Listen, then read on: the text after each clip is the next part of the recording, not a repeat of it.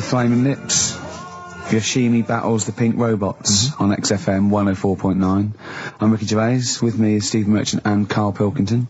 Good morning. I'm going to be honest, I'm going to own up straight away. I've done very little work towards this show this week. I'm a bit busy. You surprised me. Yeah. So I apologise if it sounds a bit sort of... Thanks for being honest, though, Rick. Well, no, I don't want people to go, oh, no, that was a bit shoddy this week. I hope it's not going to be that every week. Yeah. So it is because I've done very little preparation. Okay. So... Right. Whereas normally... You'll probably have to help me out. All right. You have to do some of the work. Carl, you might have to help us out a little bit as well. I don't know, but I mean... I know Steve's done nothing towards it either. So... The onus is on you a little bit here. I love the fact that it's still listed as either Ricky Gervais or Ricky Gervais and Stephen Merchant. Essentially, we don't need to be here, really. No, but I know now people listen for Carl. Everyone I've spoken to, for people on buses, to comedians like Ross Noble mentioned you the other day, and that they go. People on buses? I've never been on a bus. You haven't been years. on a bus No. for like 12 years, Yeah. have you? People on buses.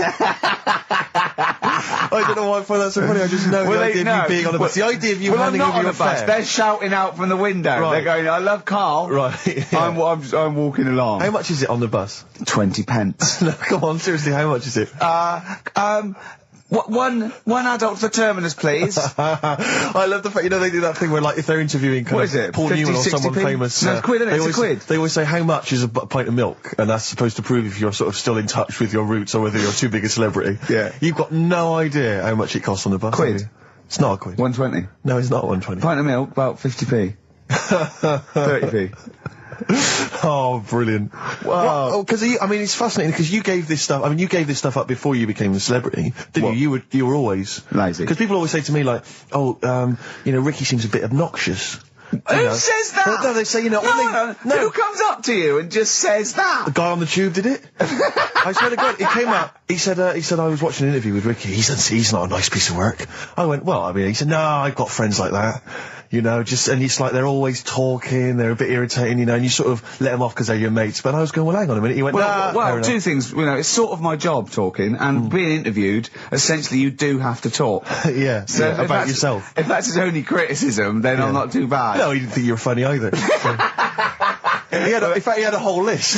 I say a list, a petition. It wasn't Dickie Anderson, was it? It wasn't Richard Anderson. I hope he's listening. He's our biggest fan. I'll tell you what, Mock Turtles need a remix by Fatboy Slim, don't they? Mock Turtles? It's a great tune, but I'd love to hear it remixed. Yeah. Mock Turtles, Can You Dig It? Remixed by Slim. Yeah. Yeah, XFM 104.9, Ricky Gervais, Steve Merchant, Karl Pilkington. Ooh, stuff to do. What's going on? Stuff to talk about and that. What's been going on? Oh, before you came in, you saw it, didn't you? That experiment I was doing with the... An experiment? Yeah. Well, all I know is as I walked in the building, I passed the little kitchen area, you were hitting Carl on the head with a tin tray. Didn't it make a good noise? It was a great noise. But I'm interested, explain more about the experiment. Well, I wanted to see how hard I could hit him and make it resonate. Right, before I either caved his skull in, or, you know what I mean? So, you had to hold it quite loose, so it could, vibrate, but you had to grip it hard enough to give it a good whack. Right. And his head's brilliant for hitting stuff on. Is it? It is perfect. Carl, could we recreate that moment a bit later on the radio? You'll notice that you've been on for 15 minutes, haven't said a word. So it's had a bit of an effect on me. Still a little bit shaken. Okay. Oh, dear. But yeah, do it again later. We were talking about your head a little bit earlier, weren't we? It's not going to mean that you're sort of a bit, fuzzy thinking, is it? It'll be alright. Yeah. So... Okay, can we recreate that later, maybe towards the end of the show? Just hit you on the head with various objects, see which make the best sound? He said talking about Time Out. I said something about in Time Out, and he went, yeah, do you read that? I went, yeah, I read it, I get it every week, yeah. He went, there's no point though, is there? He said, because it's like a telephone directory. If you want to look something up, you look it up, but you'd never sort of browse the telephone directory. And I went, that's an interesting point. He went, although I did.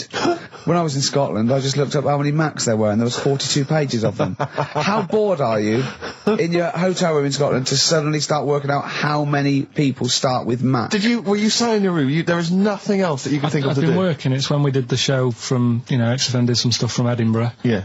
You were sat in your hotel room? Sat in the room, waiting to sort of go out and get some food and that.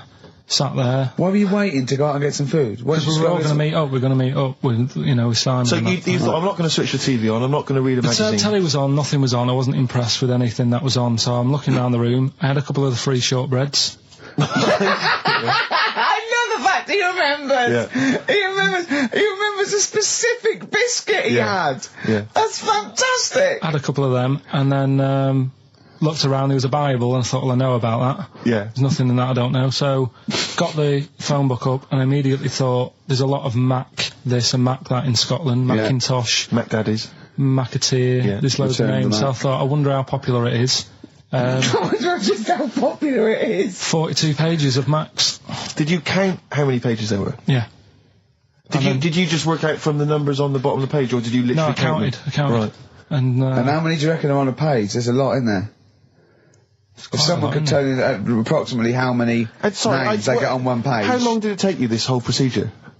What, the counting? Yeah. Not that long. No, It's just just 2 counting pages. Yeah. It's not that much. They're all And what together, did you luckily. do once you digested that information? What did you do with that information? Did you tell Stored people it, when you haven't went? I? I mean, look, how long ago was the Edinburgh Festival? I stored it along with the biscuit. I love to get in his head. I imagine it's a big warehouse, and there's lots of partitions for weird stuff like kids born with tentacles and things like that. I imagine there's like quite an old caretaker, and you go in there. You say, "I'm looking for that." He goes, "Hang on, I know where that. I put that somewhere. Hang on a minute, hang on. Is this the one when they shave the cat? No, it's not shaving the cat. This is the Max. The Max. I know Scotland, the shortbread. Well, don't give me the shortbread because that's putting me off. But the what's the name though? Do you remember last week I was talking about the Airy Kid? And I think that's every week, Carl. That doesn't narrow it down. All right. Well, we're talking about that Airy Kid in the woods, and did a bit more research this week. Okay. Found a good story out about a monkey. Right. Which I'll tell Ricky a little bit about it. Tell me, come on, tell it now. No, no, tease I me reckon with we it. should keep this. It sounds exciting stuff. That's got 'em, right? So we'll be doing that. We've Don't got hook the audience. we've got Rockbusters again this week. Yeah. We've got Do We Need 'Em? Yeah. What are you trying to get rid of this week? Cockroaches. Right, good one. I can't think of a reason to keep them. Looking into that well. Let's sort the matter out. That's coming up. Excellent. We've got I'm teaching you some more stuff. Oh, yeah? Yeah. He phoned me up today. Yesterday it was. He knows he's been researching, like, educating Ricky. He said, what do you want to know about? I don't know. He said, you interested in space? And I went, yeah. He phoned me 3 hours later. He went, no, nothing about space. I went, what? He said, I couldn't find anything interesting. I said, you couldn't find anything interesting about space? Yeah. It's big. It's pretty interesting, Carl. He went, It's big, but there's nothing there. That's It's like the Millennium Dome. oh, So God. what I'm looking at, right? But no, wait. He said, is there anything else you want to know about? I went, alright, I went, anthropology. He went, what's that? I went, study a man. I sent a man. He went, like what? I went, like, our roots from caveman through and all the, he went, and I said Australopithecus, Neanderthal. He went, well, you know all that then? I went, no. He went, right. He went, do you want to know how a lung works or something? How a lung works? And I said, well, tell me how a fridge works. He went, oh, I said, it's just the gas, isn't it? I went, brilliant. I went, tell me how a microwave works. He went, I know. I said, fella walking past in a laboratory with a bar of chocolate in his pocket, went past some sort of ray thing, it melted it, and he went, hold on. That's it. That's explained to me how a microwave works. Right. So today we're doing sort of medical-ish type things under the banner of colon then, educate me. Oh, God. Do it again? Colon then, educate me. Brilliant. Brilliant. So that's like go on then. So colon. Brilliant. So that's a little heading. You're going to be learning 3 things sort of medical-ish before 3 o'clock. Yeah. Is that it? Yeah, do you want to... Pretty much, yeah. A bit of suede? Come on then. How many O'Reillys are there, do you think? No, little task for you. Suede, animal nitrate. That's really got a Johnny Marr influence at the end, that guitar, isn't it? Brilliant. Still brilliant. XFM 104.9, Ricky Gervais, Steve Merchant, Karl Pilkington. Tell us about this monkey, Carl. You're going to love this one, Steve, Go right? So last week we were talking about how, like, a lad left his family because there was problems at home and that. He went and lived in the wood. He got airy. Right? No. Leave it there, Rick. We haven't got time to go into Right, it. so... That's what happened. And that's what happened. He lived with the monkeys. He went airy. That's Anyway, what happened. That's what happened. looked into some other stuff about, like, airy kids and all that. came across this story about a bloke, right, who worked in a zoo, Oh dear. right? So Trouble's brewing. loving his job and that, but it's quite a lonely sort of job because you don't see many people. You're just dealing with animals all the time, right? So anyway, he gets a bit pally with a monkey because it's the closest thing to a human. Well, that ape is. Right. Yeah, but you can't really go that close to apes. Well, They're dangerous. what do you mean? What type was it? What, do you Just mean let him tell the Was story. it a chimpanzee? I reckon it was a chimp. Yeah. Yeah, it Oh, was you a don't chimp. even know, so It was it's a an chimp. ape. It was a Okay. chimp. Yeah, but he doesn't matter, does So it? he It's the gets story. pally with him. Right, so he gets pally with What, him. do they go on and holiday together? well, no, I mean, it starts On the off pool together. just checking each other out and, probably sharing lunch and that together. Yeah. Right? Anyway, this goes on for a while. They're getting on well and that. And then after a while, right, the monkey starts sort of imitating him a bit more and sort of walking upright, Oh, God. Yeah. right? So he thinks, oh, that's a bit weird. Anyway, they get on really better and what have you. So he thinks he could live at home with me, this, Yeah. because we're getting on the storm, Yeah. right? So he takes him home, and before Is you this the know it, beginning of Beneath the Planet of the Apes? I think it is. I think you've seen this on video. I'm worried, because he's already imitating him and they're moving in together. I'm thinking it's maybe a bit like Single White Female. Single White Zookeeper. Oh, brilliant. right? So Go on. anyway, so it's moving in, and it's getting used to sort of the normal human life. It's having a cup of tea in the morning. Yeah. PG tips. It finishes the day off with Oh, dear. Finish the day off with what? He with does, a he doesn't little have to brandy. move a piano at one point, does he? Finishes the day off with a little brandy. Yeah. What, he pours himself. Is he wearing a smoking jacket? I'll tell you what, Carl, you're a maniac, listen, mate. no, this is why it attracted me. It's amazing, right? So he's having his brandy and that, loving his life. Next thing you know, he sort of, I don't know if he loses it or he gets shaved, but the top half of his body is Becomes hairless, right? Apart from his head, right? So he's got a nice. So it's the head. opposite of the kid. Well, Yeah, this is what I'm well, saying. that would happen. Right? Well, hang on, but so you don't know if You he don't was even shaved know. or if it's How hair? did it say? Then the hairless. What? I'll bring it in for you, the story, and then you All can right, well, see if okay, I've gone wrong. keep going. So anyway, so this is going on, and he's having a great life. Then the zookeeper starts getting a bit annoyed because he's having a better life than the zookeeper. The zookeeper's in the zoo. This is such So the rubbish. zookeeper's still got to do a day's work. The monkey's at home, he's partying. Well, he's it got gets his to a other point when he chipmates says round. there's no point you coming in to the zoo because the whole reason of you being there was because you're being kept there. Right. And he didn't want to bring the memories back, so he said, you stay at home. So You are you're talking such. Just let him finish. God, I don't know if I can sit here and listen to this drivel. Let me. I'm fascinated. it's It nearly sounds over anyway, amazing. right? It sounds extraordinary. Carl. So he's walking up, right? He's having a tea in the morning, finishing the day off with brandy. Gets a bit out of hand, only tries it on with the zookeeper's wife.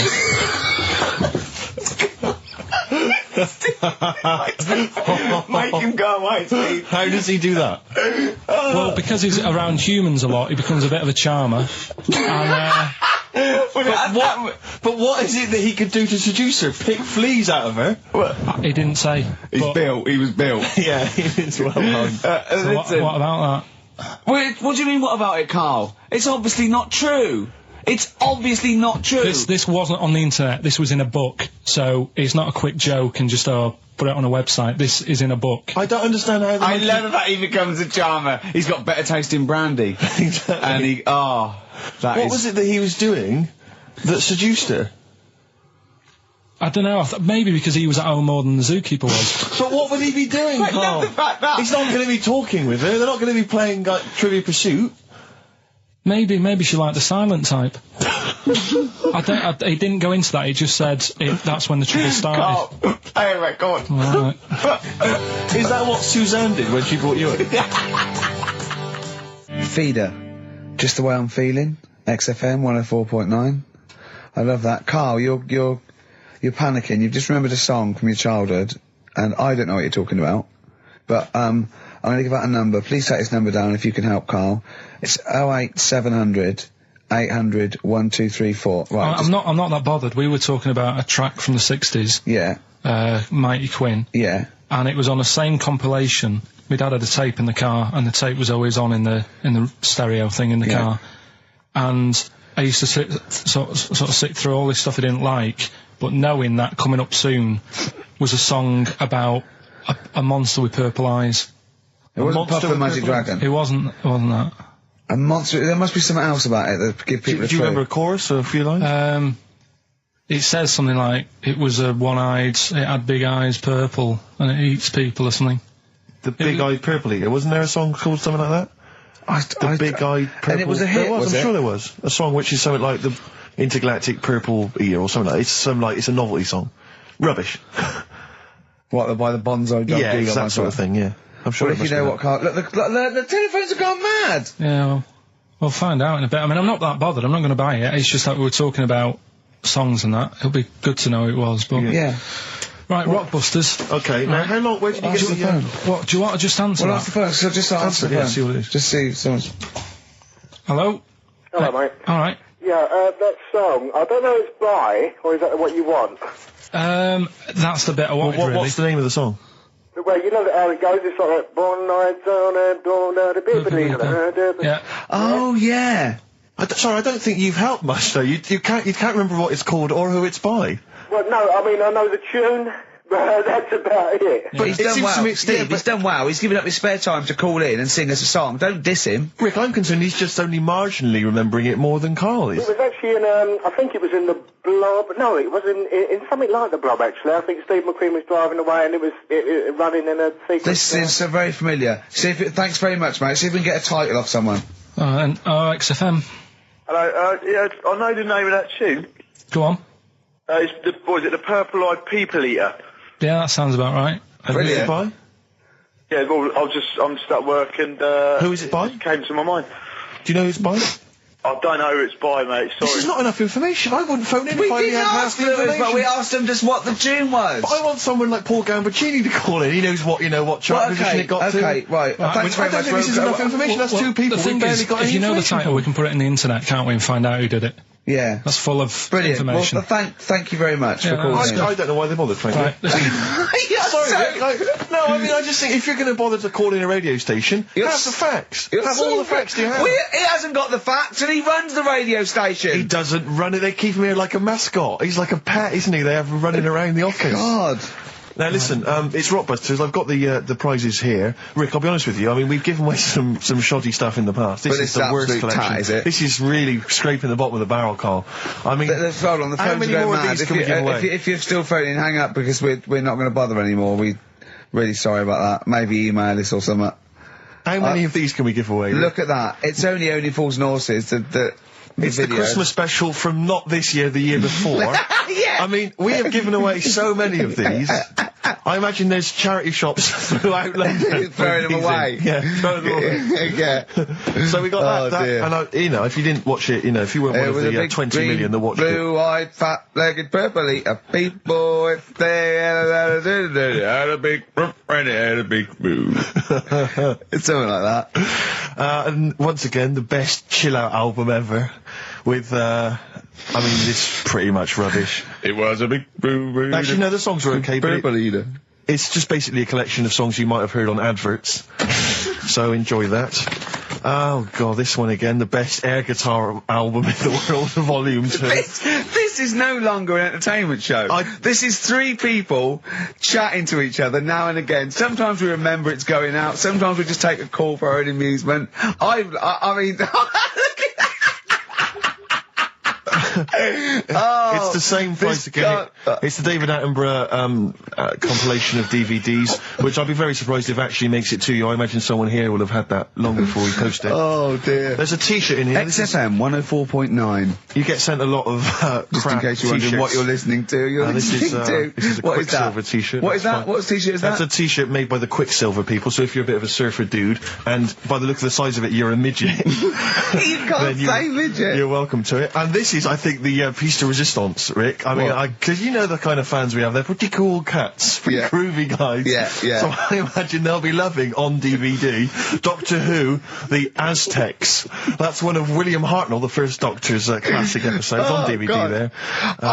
You know, rubbish. That's rubbish, Carl, those prizes. I'm ashamed to give them away. Carl, frankly. you know our mate Johnny, he's a Doctor Who fan. Yeah. Do you remember, he bought, the Doctor Who magazine, and he went, to the toilet, and Steve got post-it notes and put geek on every page. And Johnny opened it on the tube, right, and it had geek and everything. And Johnny bought in the new Doctor Who magazine, I think this week's or this month's, right? And they've done the perfect Doctor Who fan, right, what the geek is, right, and it looks exactly like Steve. Alright, don't have a go, Rick. It does. And I'm going to try and put it on the website. It's amazing. It's got your hair, glasses, it stands like you, it's sort of dressed like you, and it's only, it's hilarious. And he was, I mean, I'm insulting you now, it sounds like an insult, but if you'd see it, you'd laugh. Well, Rockbusters, right? Yeah. Right, here we go. Just a little bit annoyed. Just, 3 clues. We've lost all the energy in this show, haven't we? Well, I can't get over that insult. I'm just a little... No, Three. we did though. It just came out, no, I can be honest with you, Rick, Three it came out left clues. field. I wasn't expecting an insult. No, And, but I think There was a sense of camaraderie on this. No, side. I'll bring Just it in, email and in, you'll see what I mean. ricky.gervais at Right, play a record. I'm xfm.co.uk. just annoyed. I can't What we listen to doing? Robert's I'm just reading out the clues. Should we put this, let's put this one in for the Sony Award. Let's put this show in for the Sony Awards. Play a song, Carl, because I need to discuss things with him. I've talked before about him Edit slagging it me down. off. Get this down to 3 minutes. It'd be a great show. Rockbusters in a minute. XFM. Lonesome Day by Bruce Springsteen from his new album The Rising on XFM 104.9. Ricky Gervais, Steve Merchant, Karl Pilkington. Foreman just phoned in and said to Karl, stick up for yourself. Don't listen to that Merchant. He does my head in. He's so arrogant. I don't think I'm arrogant. I think I'm mean. Yeah. I just think I'm sort of objectionable. I don't think it's arrogance. I think it's No. sort of nastiness. Yeah. I'm just not a very nice person. But believe me, I'm not arrogant. I think I'm pathetic. We've had a lot of emails saying, could you bring back White Van Karl? Oh, yeah. Which is that section of the show where we ask the questions that the Sun asks Someone various else. random punters Yeah. of Karl. But sadly, recently, they've got very politicised and very kind of, basically a little bit depressing. So there's not really anything appropriate. But I have trawled the papers looking for other questions posed in other sections of the Sun. Good idea. I was just looking here at the Dear Deirdre section, which is the sort of problem page. I don't know what your views are on I'd this. love to see Karl. Oh, God, can we get him a job? As a Just negative. ask. Oh, my God, that would be amazing. Right? Well, here's one. I'd like to see your view on this, Karl. I'm a happily married 42-year-old woman with 4 kids, yet I've developed a huge crush on pop star Darius Dinesh. Yeah. It sent my hormone levels through the roof, Yeah. and last night I woke my husband up at 4 a.m. for sex. We've been married for 20 years and he can't believe his luck. Recently I've been having... I want to go to I'll stop you there. Why are you telling me? Right, carry on. Sorry. Recently, I've been having erotic thoughts about Darius morning, Sure. noon and night. Yeah. I haven't felt like this since I was a teenager and mad about Donny Osmond. My husband is amazed at the change in me. We had sex twice last night and again this morning. Again, why are you telling me this? Yeah, go on. He's just boasting. This is not a problem. There's not a problem What's here. the problem? No problem. Just wanted to tell someone. Thanks very much. I watched Darius on TV last night, and when my husband came home, I dragged him into the kitchen and we made mad, passionate love. Right, they did it then, twice last night, once this morning. That's 4 times. 5 times she's mentioned it so far. Yeah. She's doing all right. My husband. This is a great bit. My husband thinks it might be his new moustache. Or that I'm going through the menopause, but I You know were thinking different. of growing a moustache? I was Do you thinking think of it would growing a change your luck tash. with the ladies? I love the idea. That's what he thinks it is. He's telling his mates in the pub. You should go grow mad with to me. these. Grow with The old these, Tom right? Selleck. 5 times in the last 24 hours. Hooray for sexy Darius. So, what do you make of that then? What are your views on that? Hold on, though. If that bloke is reading that paper, that narrows it down It's a gotta bit. be, yeah. Who else did he know? His wife likes Darius. He's had sex 5 times that night, and he grew a new moustache. He's thinking, I wonder if that's me. Maureen.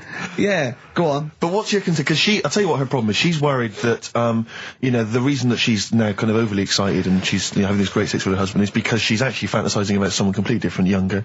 She's having these wayward thoughts, isn't she? She's a bit concerned about that. What's your concern? What are your thoughts? I reckon she's going to start shoplifting soon, coming out in hot flushes. Go on. Just, they're both happy, aren't they? He's getting what he wants. She's happy. I'd say, yeah, whatever, get on with it. Do you think that she should confess? She wants to be honest with him. I wouldn't, because not that many fellas like Darius. Right. So, if you're sort of thinking, oh, she'd rather have him than me, I don't What do you think it's gonna work. Darius would think of this? He'd probably be happy with that. I mean, What would you do if you got loads of phone calls, right, from women going, Karl, whenever you're on the radio, I just have to do it. I just have to do it. Your voice makes me... I'd say, alright, well, it's alright. I'd be happy with that. Would you? Yeah. I mean, just in case anyone is doing that. What would you do to sort of like egg them on a little bit to help them out? What do you think? What sexy things would you say? What do you think is your quality? What do you think people would find, you know, pretty horny about you? Is it your sort of mank wine? Do you think that? Just say this, London shit, innit? I think say that, but you know, London, it's not that good, is it? Like I think you've done it there. So that's say something quite sort of sexy though. Say something like, you know, I love to love you. Say something sexy. Say that. No, say something sexy. If Susan says to me, you know, do you love me? I go, yeah, you're all right. And I know the thing is, I know that's true. Yeah. I know that's true. That's brilliant. But because one of the things that Deirdre says is that she's wondering if this marriage is going a little bit stale and needs to be freshened up. They need to give a new spice, a new spin to the marriage. What would you do? What advice would you give to spice up, you know, something that they've been married for quite some time? Get him. I think get Darius, all Darius things. Get David Snedden's new video on the telly. What do you reckon though, Carl? Just treat them. Do you know what I mean? Just surprise them now and again with stuff. That's what I do. It's what you got those condoms, didn't you? That you got 2 for So one. hang on, what? You've never done that? What? You've surprised Suzanne with what? You know, I've like, You stood behind a door and shouted at her when she comes in. Don't drop the jelly! Yeah, you know, just the usual stuff. There was some free chocolate delivered to work the other day. I took her a bit of that home. Nice of you, that's really thoughtful. She didn't like dark chocolate, but I said, well, that's a thought. So, I had it. But, you know you often benefit from any gift that you give her. The chocolate, the meal, the condoms. There's always something in it for you. Yeah, there is. I love the idea. She's got bored with a Christmas present now, though. What, the condoms? Yeah. Or the food that she ate. No, the condoms. Right. Yeah, she's got tired of filling them with water and throwing them at the passing kids or putting them on her head and inflating them. I love the idea of asking problems. What do you think of erectile problems? You know that Pele advert? He goes, be careful, we haven't got erectile problems, call this number. What would you do if you're impotent? What would you do? What's the advertising? It's just saying, like, you know, if you can't, you know. I haven't seen that. Yeah, Why have they got him doing it? Wow. Well, he used to, he used to be able to keep it up for hours, the ball, and Yeah. What would you do if you... To advertise that? No, if you suddenly couldn't get, you know. What would you do? I don't think it bother me now. I know you're 30! What's that? You're talking like you're an 80-year-old. Yeah, but do you know what I mean? You sort of been there, done that now. It's like the boxing and the dancing that I did. It was good as a kid, and now it's like, take it or leave it. You need to write to Deirdre. Supergrass, Seen the Light, XFM 104.9. We're a little bit worried. We might have a technical hitch here. We've had no emails, and usually we get loads and loads. So we're worried it's us. Can someone send an email? Yeah, just a test email. Yeah, but we won't know if they have or not. They might just be ignoring us. No one might be listening, Steve, so this isn't proof. I guarantee there's at least one person who would send an email. Maybe if Dickie Anderson's listening, he could do it for us. Anders! Do us a favour for all the pleasure we've given you over the last few years. Ricky.gervais@xfm.co.uk. If you haven't heard the Rockbusters, might as well give them out. Well, let's check the emails working before we do that. Yeah, otherwise it's a complete... This whole show has been a sham and a farce and a waste of time. Well, I think they can take that as read. Right, educate me, Carl. Right, well, Go on, say, right. Educate me. Well, what we're looking at this week, we've done war, we've done, We've nailed that, we've nailed war. We summed up war with a little French bloke whose battle cry was, John's got a moustache. Right. So, and last week we did science. What would you do on science then? Airy Kid. Brilliant. Right. Yeah. So this week we're looking at, medical problems. I'm sure we do Airy Kid every week. Medical problems then. I've got a couple of things under the banner of, then educate me. Yeah. We've got, this is interesting. Right. Do you know if you have an operation on your brain, right, what they do is, I mean, this is why I'd never go to the doctors. I don't like doctors because this sort of stuff freaks me out, right? They can operate on your brain, and what they do is they put you to sleep first, cut your brain case open. Your skull, yeah. The brain case. Yeah, yeah. And then wake you up and operate on you. So you sat there with your head open, messing with your brain, and you don't feel anything. Well, there's no nerve endings, is there, in the brain? But still, it's not right, is it? What, you think they do it for fun? No, They but go on, Reg, wake him up so he all freaks out. Go well, on, is, it, wake is, him up. it necessary that you're awake, do you think, or... Well, they need the brain active, don't they? Yeah, but it is when you're asleep, you're having mad dreams. I had a mad dream the other day. Go on. No, I might tell you about it later, but there's no sense to it. But, so your brain's So is this conversation. Yeah, I mean, it'll turn out, I go, no, Carl, I was there, that wasn't a dream. Yeah. No, Yeah. but... So, I mean, if I had an operation... On your brain, heaven forbid. Well, operation anywhere, I'd like to sort of think, well, I'll have an injection, I'll go asleep, but when I wake up, it'll all be sorted. Yeah. Yeah. The fact that Your brain case is open.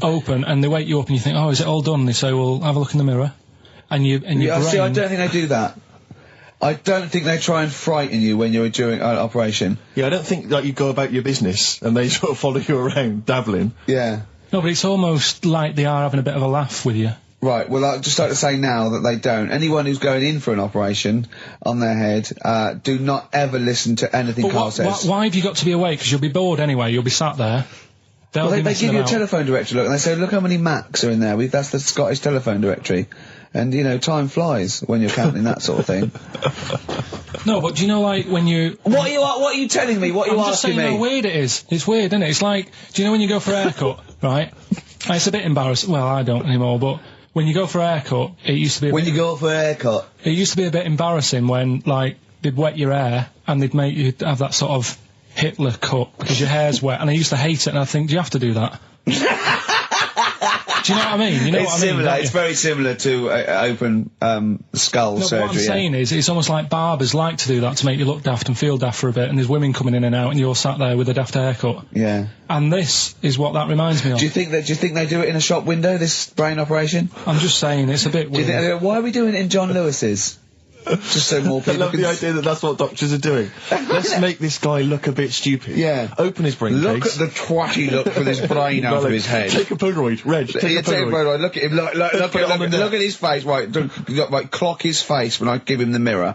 Get this on camera. Put this fake nose and glasses Sorry, on. if that did you teach me something then? Was that I taught educational? you that your brain case can be open with you're awake, and you just sat there sort of letting them get on with it. Brilliant. I've learned that. I'll never forget that. Right, go on. Anything else? You'll love... Let's play a song, because the next one is amazing. What? Even more amazing than that? Yeah. Play a song? Yeah, bit of Bowie. No email still, by the way. No, I don't think it's working. It's not working today. Lady so what we're gonna- Stardust. We'll have to do a phone-in for Rockbusters. Off the Ziggy Stardust album. Alright. Bit of David Bowie. When's that ever hurt anyone, Steve? Never. Lady Stardust off Ziggy Stardust and the Spiders from Mars on XFM 104.9. I'm Ricky Gervais, Steve Merchant. Karl Pilkington is in the middle of educating me. Colon then, educate me. Right, so, I've learnt that you can, you know, fiddle around with your brain when awake. That's brilliant. I've never been a fan of doctors, though, so this was a good one for me Yeah. to look up, because... Yeah. Did I tell you the time when, the doctor said, I was gonna die? Alright, keep talking. Right, ages ago, must have been about 15, right? And, at lunchtime there was this... We used to have a choice of stuff to do at lunchtime, right? We used to have, like a burger place that had an arcade machine in it, right? So we used to go there and play on that and have a burger. Or, there was this baker's, right, that my mum worked at, and, did great cakes and stuff, right? So, she used to, like, bring some home and that, but she couldn't always bring them home every night because, you know, they'd cost money, and she used to get them for free. And they used to say they'd rather chuck them away than give them to the staff because there's a chance that the cream might be off. Right. Right, so they used to chuck them round the back. So I used to go round the back with my mate and eat a load. Brilliant. Scavenger eating out of bins. No, it wasn't out of bins, they were still in trays, but they just stacked them up near the bins, right? So this got out, I mean, it used to be chocker. Once the school found out, everybody used to go there, and it'd be like, well, have a cake. Headmaster crawling through, fighting the kids off.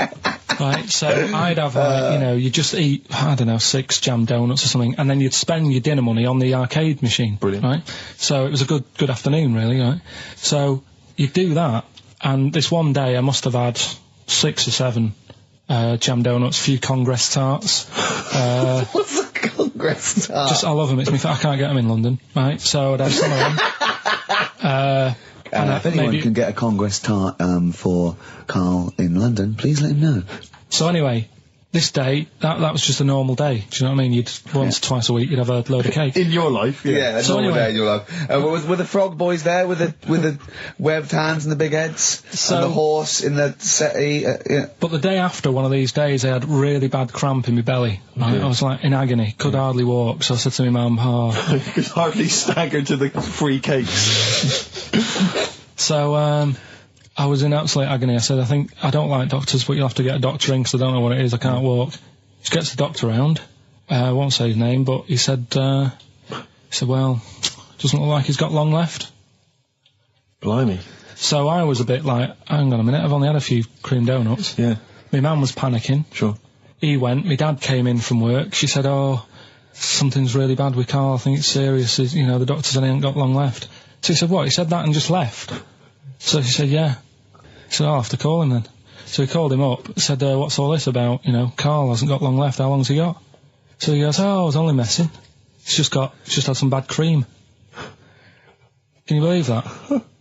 Well, the thing is, I like the fact your mum didn't ask any questions. I know. She didn't But go she into doesn't. detail. Can you explain more, doctor? No, I got a shoe off. No, but she doesn't. She doesn't like talking. I don't want to diss you or your family, but I imagine if I was there, I'd have known the doctor was joking. That's all I'm saying. I mean, I sound very arrogant there, but I imagine he went, what's he been doing? I had about 6 cream cones. Oh, right. Oh, wow. He hasn't got long to live then. I'll see you later. That's what I think the doctor did. Yeah. It's like the idea your mum just let him go. Yeah. Terrified, thinking, well, I'm not going to probe him. He's that's it then. Dad comes in. Hi, honey, I'm home. Anything happened? The doctor said Karl's going to die and then left. Did he? I'll call him. But anyway, that's why these sort of things fascinate me. So we'll move on to this next one, right, which is brilliant. Go on. Dead short story. So, right, old woman, about 70 years old. Yeah. She's normally fit and healthy and stuff. Nothing wrong with her. She's having a good life. And one day, she goes for a check to the doctors, just to check herself out, 'cause she's getting on a bit. Yeah. Says, take your clothes off and that. So she does.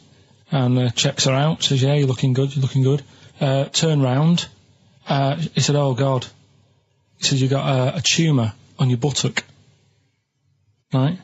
So she goes, oh, what, can you do anything to sort it out? So they go, yeah, we could book you in for an operation. It's best if we remove this. Books her in for an operation. Operation day comes, strip her down and that. They're all stood round, the doctors.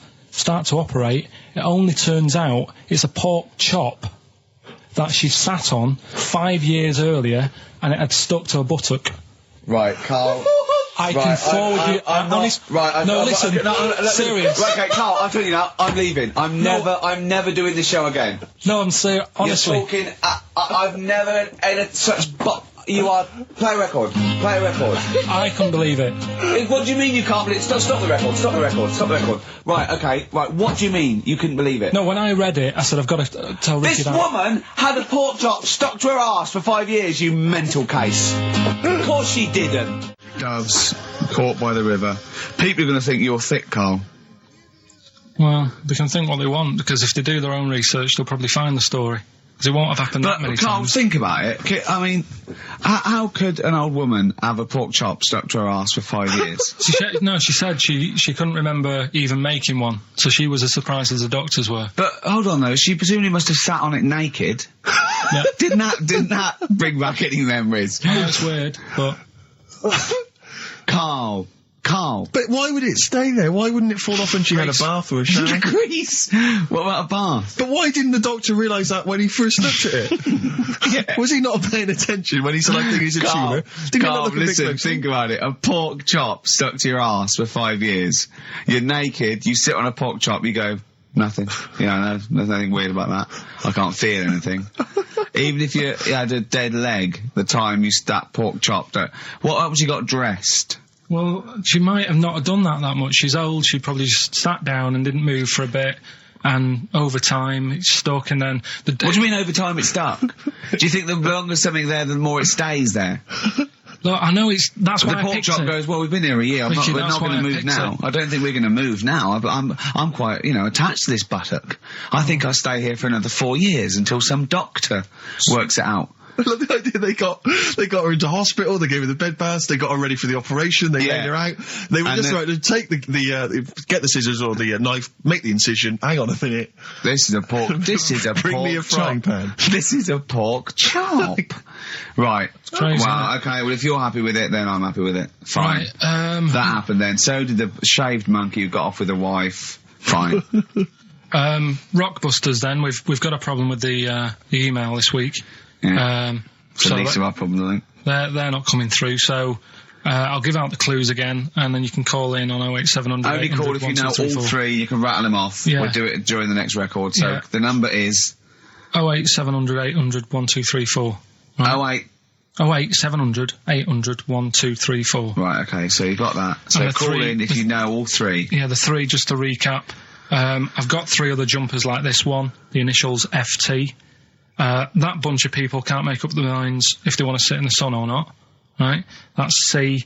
And the Jamaican fella had some aspirin. Why did he do that? Right? That's FD. So Okay. if you know them, give us a call, and it's just the first with the 3 Right, correct well, I answers. think they're calling now, Carl. So play a lovely record and take some phone calls, and let's get this. Do you want to play this old Lulu track? Oh yeah, don't laugh when you hear Lulu, because this is A Man Who Sold the World by David Bowie. It's a good version. Syntax, Pray, XFM 104.9, Ricky Gervais, Steve Merchant, Karl Pilkington. Right, get off. Right, what you got next? Right, well, running a bit late with this, but it's time for Do We Need 'Em? We're looking into what I'm really animals- worried about this, because everyone's getting that last clue wrong. I reckon it's so rubbish that even your mental fans can't work it out. Yeah, it's a tough one, but Give that final Rockbusters clue again. the Jamaican fella had to have some aspirin. Why is that? What were the initials? Why did he have to do it? No, FD. hold on, that's changed. Well, I mean, it doesn't matter. The Oh, story it doesn't matter. That's the point of a cryptic clue, isn't it? Oh, do. What have you got now? Right, so we're looking into animals that we get rid of. I've spoken to someone about snails. I spoke to someone about jellyfish, and that. And looking at cockroaches today. Right, now who's the expert? It's a woman called Jessica Marshall. Right. Does she know that you're going to play this on the radio? Well, I called up, right, in the week and said, can I talk to someone about Just- cockroaches? And she was like, is that Carl? She knows who you are. Yeah. Right, so she already knows maybe your angle, your approach. Yeah, she was And up for it. she's an expert, she's just not just some random person. No, she works in a museum, a good museum. I said I'd give it a plug. It's the one near Knightsbridge. It's got dinosaurs and that in it. It's worth seeing. What, And this Natural is History her. Museum? Yeah. So, Not sure. He's not sure. this is what happened.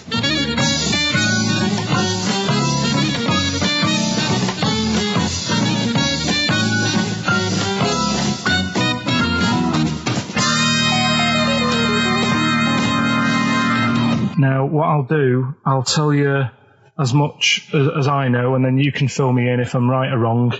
And then at the end of it, we'll get to the bottom of whether we need them or not. Okay. All right. So first of all, the first thing that I found out is that they have 18 knees. That's not exactly possible. They're insects, so they have 6 legs. Yeah. And a knee is usually the junction between femur and tibia. That's sort of classic human knees and every other animal knee. So with 6 legs, you can only have 6 knees. Could somebody sort of got mistaken for seeing one that was a bit double jointed?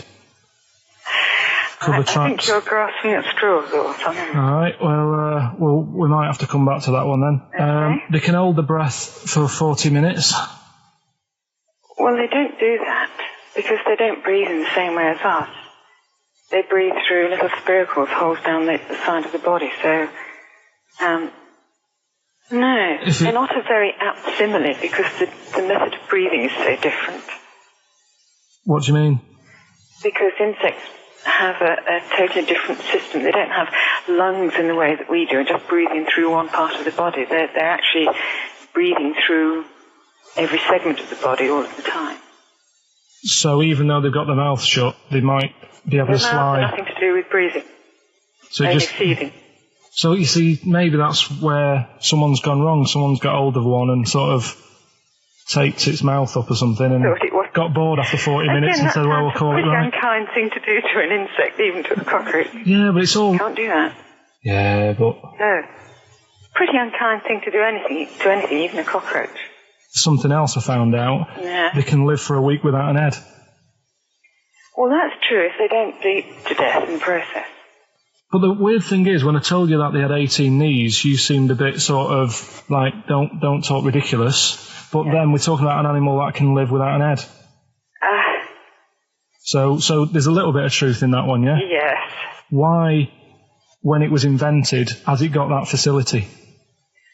Say if someone said to humans, we could do that with humans, and, if you lose your head in some accident, it gives you a bit of time to sort of go back to your family and maybe write them a note. You won't be able to have a chat, but write them a note saying, it was my own fault, and it was nice knowing you. Well, that would be a useful facility, I agree, but cockroaches are great survivors. I mean, they've been around for over 300 million years. They're one of the most primitive insects.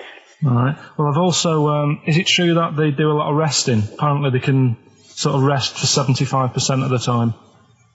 Rest? Yeah, they just sit about doing nothing. It's probably true of a vast proportion of the world's fauna. Well, I mean, maybe the 25% that they are working, they're really giving it some, so it might make up. They're probably searching out food, and they can slow down considerably. You can chill insects in the fridge, and they'll become very, very quiet. You might think they're dead. Yeah, but I'm sure, if we were sat in a fridge, we'd go a bit quiet, wouldn't we? Well, you might not know much about it, of course. Yeah, but... Not quite reading the right sources. Well, I've been using the internet. I'm sure there are many useful sources that you could find there, but some of those seem to have been a little misleading to you. So you don't agree with a lot of what I've told you there? No. So cockroaches, can we get rid of them? No. So we're keeping them then? I would say so, yes.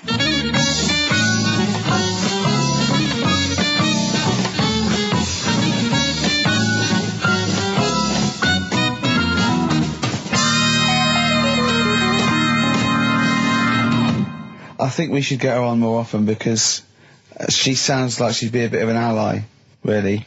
Because she knew immediately that you were talking nonsense. She even said, I think you should be more concerned about your sources, which I've been trying to tell you for a year, right? The fact, I mean 18 knees, where did you get that from? It's on the internet. They can hold their breath for 40 minutes. I mean, I don't know what you read and take on. Mad world, don't it?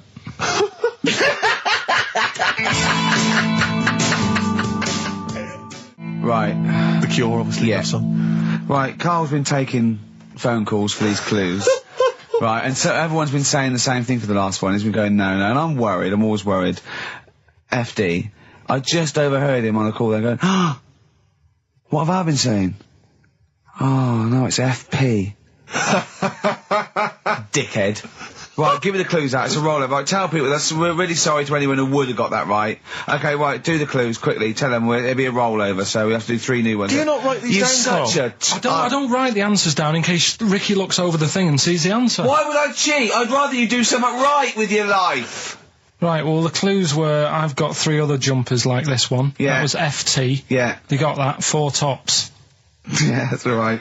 Good, well done. That bunch of people can't make up their minds if they want to sit in the sun or not. That was C. They were getting that. That was charlatans. Charlatan, right? A bunch of them charlatans, right? What What's Charlie? No, it's like, shall I go out? Shall we? Charlatans. They got it, right? Where I went wrong with this one, the Jamaican fella, he had to have some aspirin. Why? It's my fault, I'm not cutting, there's no point passing the book or anything. I said FD. A lot of people were saying, Fred Durst, like, forehead hurts, which is a good one. Yeah, which would have been as good as any of yours. But I made an error, so we'll roll it over. No. What is the answer? What is the answer? Jamaican fella what? Add some aspirin, why do that? What's the thing? FP. FP, it was Frida Payne. Frida Payne. Frida Payne. Frida Payne. Frida Payne. That's awful. Carl, you've got to write these down next week. I'm sorry, you're the producer. I know, but I've had a busy week, haven't I? That's not an excuse. That isn't an excuse. Our excuse is we don't care. Yeah. You do put the care. work in and then make a mistake. Yeah. I mean, it's better not to try than try your hardest and be rubbish. Do you see what the point? We don't care. But you've got standards. Yeah, and you're not meeting them. Think of that. You're not even reaching your standards. God. Right, well, that's that, I guess. Well, the prizes will be giving those away next week. Bollocks again. Just completely... Song for the ladies to end the show with. It's from Nick Cave's new album, Nocturama. This is a track called He Wants You. Back next week.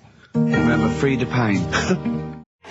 Well, here we are again, XFM, on a Saturday. Just gone 1 o'clock, Steve, if I'm very much mistaken. But we're not here, as such. We're away again, gallivanting around. We've got to do the special sort of best of again. Okay. Which we did a few weeks ago. So this is the best of the last 3 weeks. Which I think is, I think it's the best 3 weeks we've ever had. But I'd like it condensed into 2 hours. Yeah. Yeah, some great music as well in there. Yeah, there'll be some great music, interspersed with fine chat that you've already heard. Yeah. Except this bit's new. We've actually, out of the kindness of our heart, we've come in last week. Yeah. Yeah. And we've done a few clips just because we felt a bit guilty about shooting off. Yeah. And even now, having heard this link, I'm beginning to wonder if it was worth our time. Oh, dear. You know, I've said in the past to you, Rick, that my grandparents, so I love them dearly, but it's like, for the last 30 years, they've been waiting to die. I know, It's like they just sort of, it's like, you know, the novelty wore off of life. Life in the 50s. Yeah, they got kind of bored of it. Life, in the 40s, it was brilliant. All sat around the old Joanna as the bombs fell, singing. They loved that. The 50s, you know, that was great as well, because that was the post-war years. It was, you know, it was a bit tight in the pocket, but it was alright, everyone pulled together. And then the 60s came along, all the crazy music, the funny hair. Let's stay in bed. Exactly, they basically stayed in bed. And it was one Christmas when my grandmother said to my dad, what do you like for Christmas? What do you fancy for Christmas? And this must have been, I don't know, 20 years ago. She said, what do you fancy for Christmas, Ron? And he went, well, you know, I could do with a nice big kind of warm winter overcoat. She said, don't worry about that. Don't worry about that, because your father will be dead soon. It's right, you can have his. Meaning my granddad. Well, I'll be honest with you, my father's still waiting. Which is good news. Good news for my grandfather. Less good news for my dad. He's freezing. He's freezing.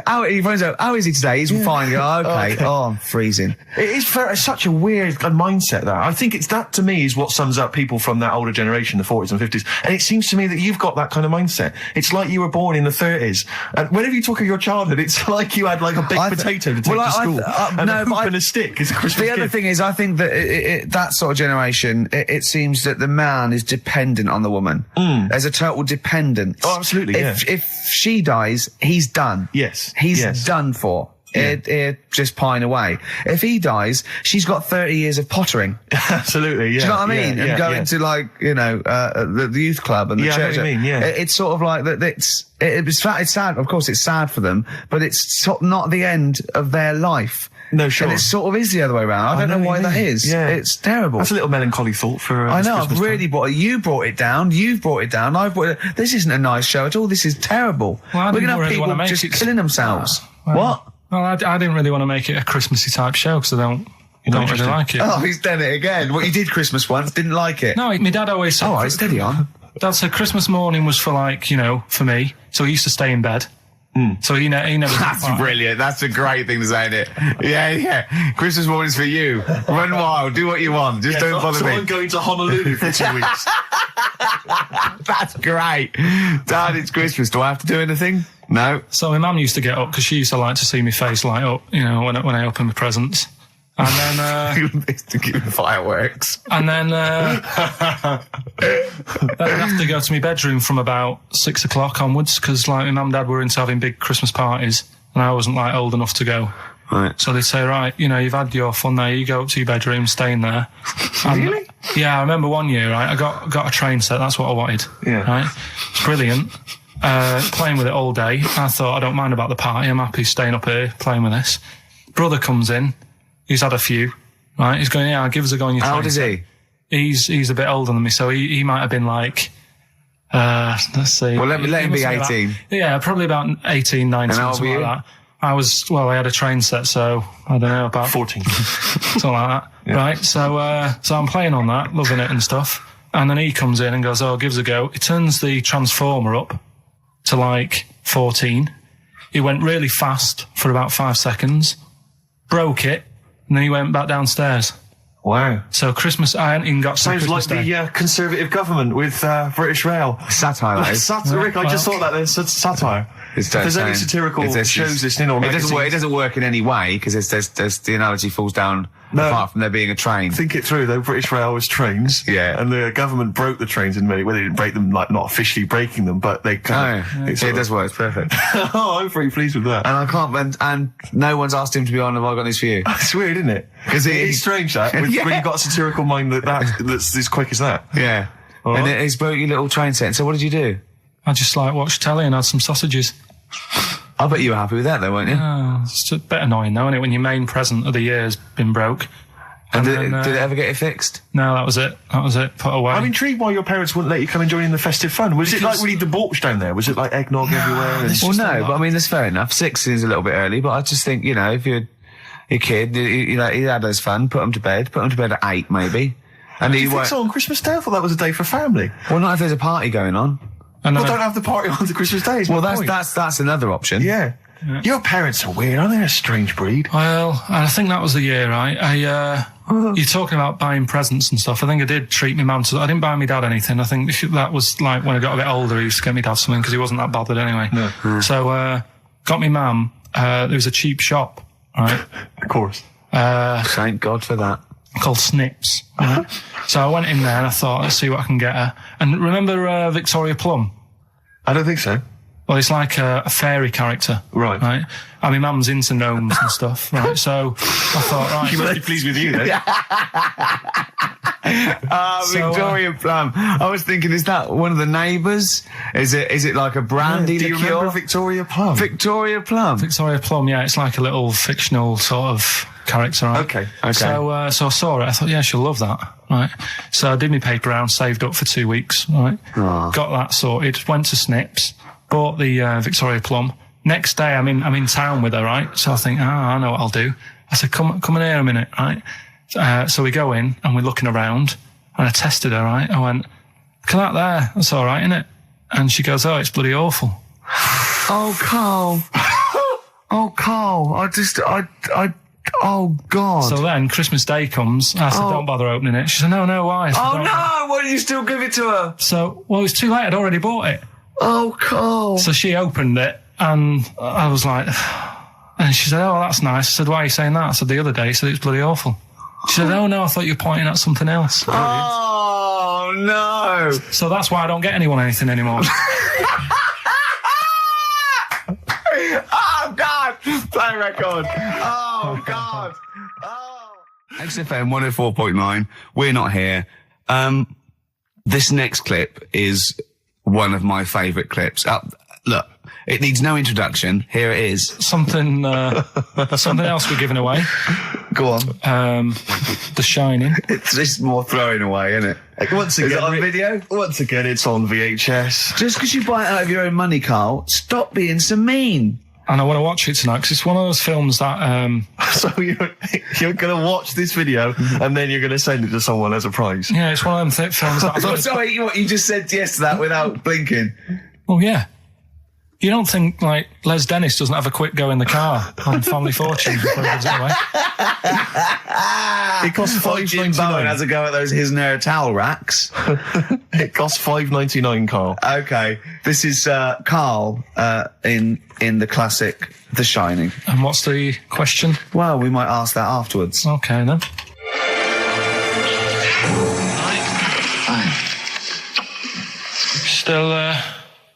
Still trying to write the book, then? Yeah? Yes. Good. Funny, someone told me the other day, weird thing about a typewriter, the top row of letters, the longest word you can write is typewriter. I'll just show you.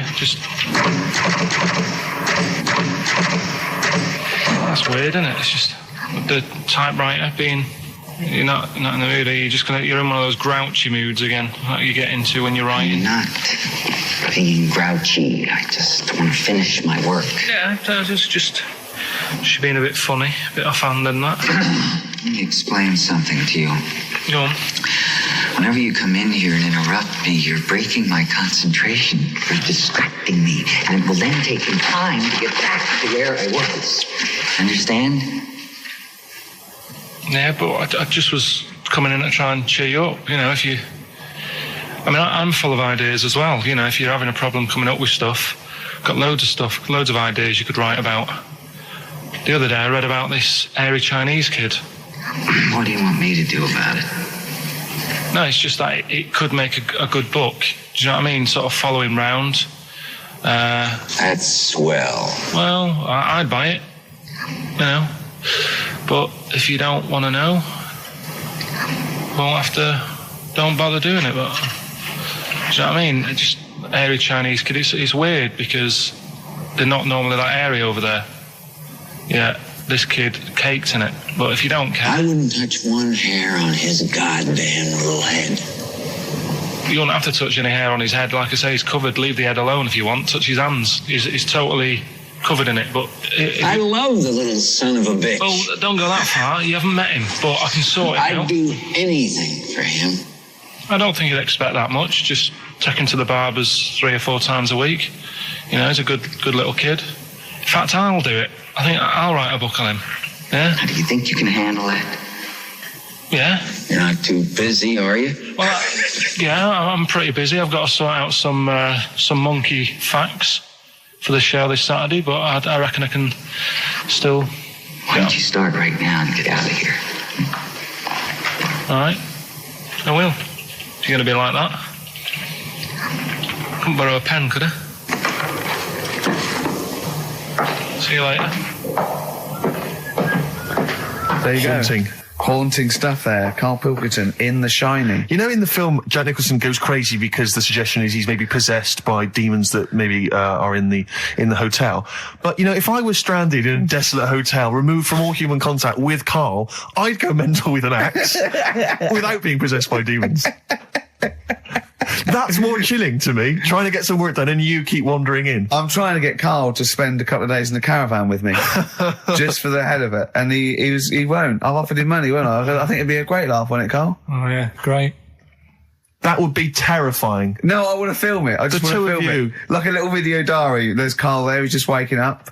Well, And If I was stranded in that would be like being... I may as well be with Freddy Krueger and Jason Voorhees.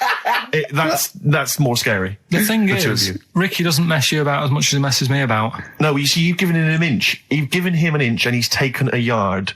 12:30 got in today. In 30 minutes between 12:30 and 1. The old bin lid on the head. He wanted to do that again. Yep. Squeezing my head, think he had a go at. And a karate chop on the back of the neck. Yeah. All in 30 minutes. Yeah. Who else can say that? XFM 104.9, Ricky Gervais show with Steve Merchant. Hello there. Good. And we're not here this week. We're off jetting around the world, so we've pre-recorded these links. The time is currently somewhere between 1 and 3 o'clock. So a time check there from Steve Merchant. No problem. Yeah, and what about this weather? Isn't it warm? Stroke, edit that, Karl. Cold. Okay, whichever one. I'm pleased to see that the congestion charge has had some considerable effect. Had no effect. So just, wasn't that great on telly last night, the film? Yeah. I particularly enjoyed last night's EastEnders, Coronation Street, Brookside. Okay. Yeah. Ooh, those boys can rock there. That's the Guns with All Their Roses and Sweet Child of Mine. On XFM 104.9. I enjoyed that. Yeah. That was good. It rocks. I hope the audience is playing it loud like us. Yeah. Ricky Gervais, Steve Merchant, Karl Pilkington. Well, look at him yawning. How rude is that? Carl, what's wrong with you, man? Have you been up late? A little bit. Girlfriend was away, wasn't she, yesterday? Yeah, I always have a problem with that. I always have, because you don't go to bed, do you, early? Do you know what I mean? You sort of think, I just always find that thing that if, you're used to living with someone, Yeah. one of you will go, let's go to bed, then you'll go, all right. But when you're on your own, you go, You just forget to go to bed. I just stay up. Okay, stop eating now, Karl. You've ate all the food. That's just a plate. All right. Okay. Yeah. No, I stayed up and watched, there was a thing on about Dracula, Right. What, Dracula? and I found a flaw in it. Go on. Not the fact that he's the living dead and his No. And drinks blood to stay alive, and he doesn't reflect. And he can in turn into a mirrors. bat. Well, And you can go on. the mirror thing, he can't look in mirrors, can he? Well, he can look in mirrors, but he can't see himself in a mirror. Yeah. That still doesn't work. Go Okay, on. go on. It doesn't work at all, Carl. It doesn't work. Go anyway. on. Well, Centre parting's always really neat. His centre parting's always... how does he do it if he can't look in the mirror? Blood on the floor or something it was called. Rubbish. I love the flaw in the Dracula film is that his centre parting's too neat. How did he do it without a mirror? Oh. Was it a documentary about Dracula? No, Yeah, there was the real it's Dracula. The real called- Dracula. Is it? Yeah, the real Dracula, the It's true just a story. film. It had blood on the floor or something. It's called. Yeah. It's rubbish. We had a little lunch yesterday, didn't we? We did indeed. That was a nightmare. Yeah. I We hate were- going out with you two. I was explaining to Carl, right? I like to excite Carl's imagination, right? And if it involves chimps or monkeys, all the better. Brains he likes, parts of the body, deformity. You know, I know where to, you know, what buttons to push. And I told him about this thing. I don't know if any of you out there know about this, but there's an experiment they did in the 50s, a clinical psychology experiment where there's your two hemispheres of the brain, okay? They're joined by a thing called the corpus callosum, right? Which is just a little flap of skin, like a little scarlet lead that joins your two hemispheres. And what they did, they cut that in half, and they thought it was a cure for schizophrenia, but what it turned out to be, or epilepsy, I think, I can't remember, was that your two sides of your brains didn't function together. You couldn't get information. I was telling Carl all this thing, and one of the things I told him was that they did it on a monkey, and it fought itself over a nut. Like its right arm was connected, you know, by its left lobe of the brain, and it was fighting over itself. And Carl went, instead of like thinking this is amazing experiment, he went, would it have been happy if you'd given it two nuts? Yeah, I know. Well, you started off by explaining it, and I remember you mentioned, because I was watching the two of you as you were describing it to me, you said, of course, one side of the brain deals with symbolism, and as you said the word symbolism, I noticed Carl drift away from looking at you, pick up his mobile phone, and start pressing buttons randomly. And I thought it was the word symbolism that got him. And I noticed it took you just a moment longer. And I think the first thing you said was, when did I lose you? Yeah, I knew I'd lost him. It's extraordinary. And he doesn't even try I to think I said disguise it. nomenclature at one point as well. Right, yeah. And I knew I was dicing with death there. Yeah. But, Yeah. but I told you tried to look it up, didn't you, on the web? You didn't find anything about it, Yeah, did the you? spelling of it's what is it again? What's the word? Corpus callosum. Yeah, so I couldn't do it. No, it's no point. Yeah. Don't bother. Give up. Don't bother. Give up. So if anyone knows any interesting facts about that, you know. But yours hasn't been cut in half, has it, Carl? That would, again, might explain something. I'll tell you what we will be talking about later. I don't know if you're sort of aware of them, Steve. Go on. Bonobos. Oh, I don't know much about bonobos. I told him about he was looking for stuff. I said put in bonobo. He was having no luck with chimp. And they're a form of chimpanzee, but they're even closer to us, evolutionarily speaking. They've got their social groups are more like ours. They're more intelligent. And he was loving it, weren't you? So is it human bonobo Carl? Is that how it works on the evolutionary ladder? Chimp Carl. Yeah. Yeah.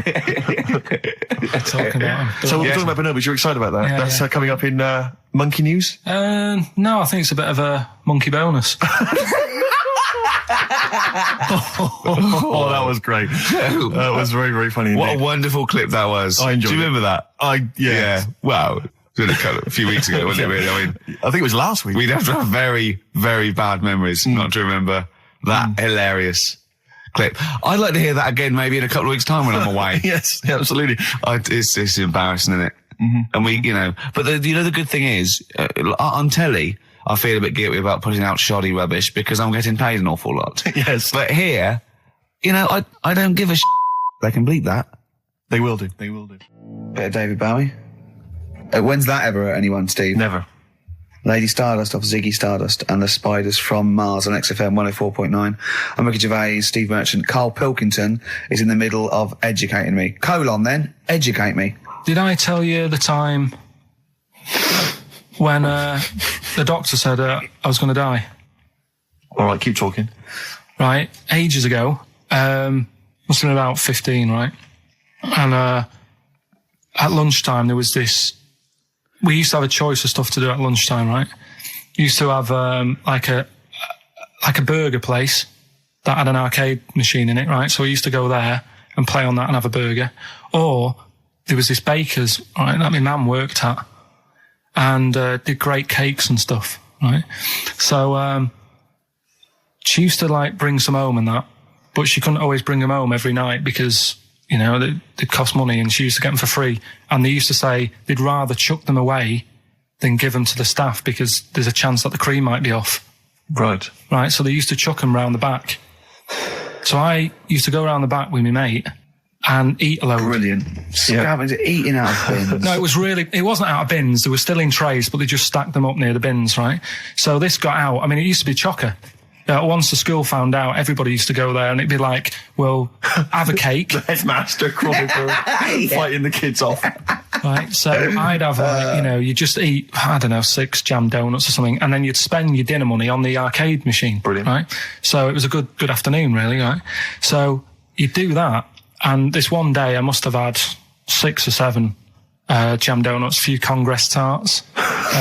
What's a Congress tart? I love them. I can't get them in London, right? So I'd have some of them.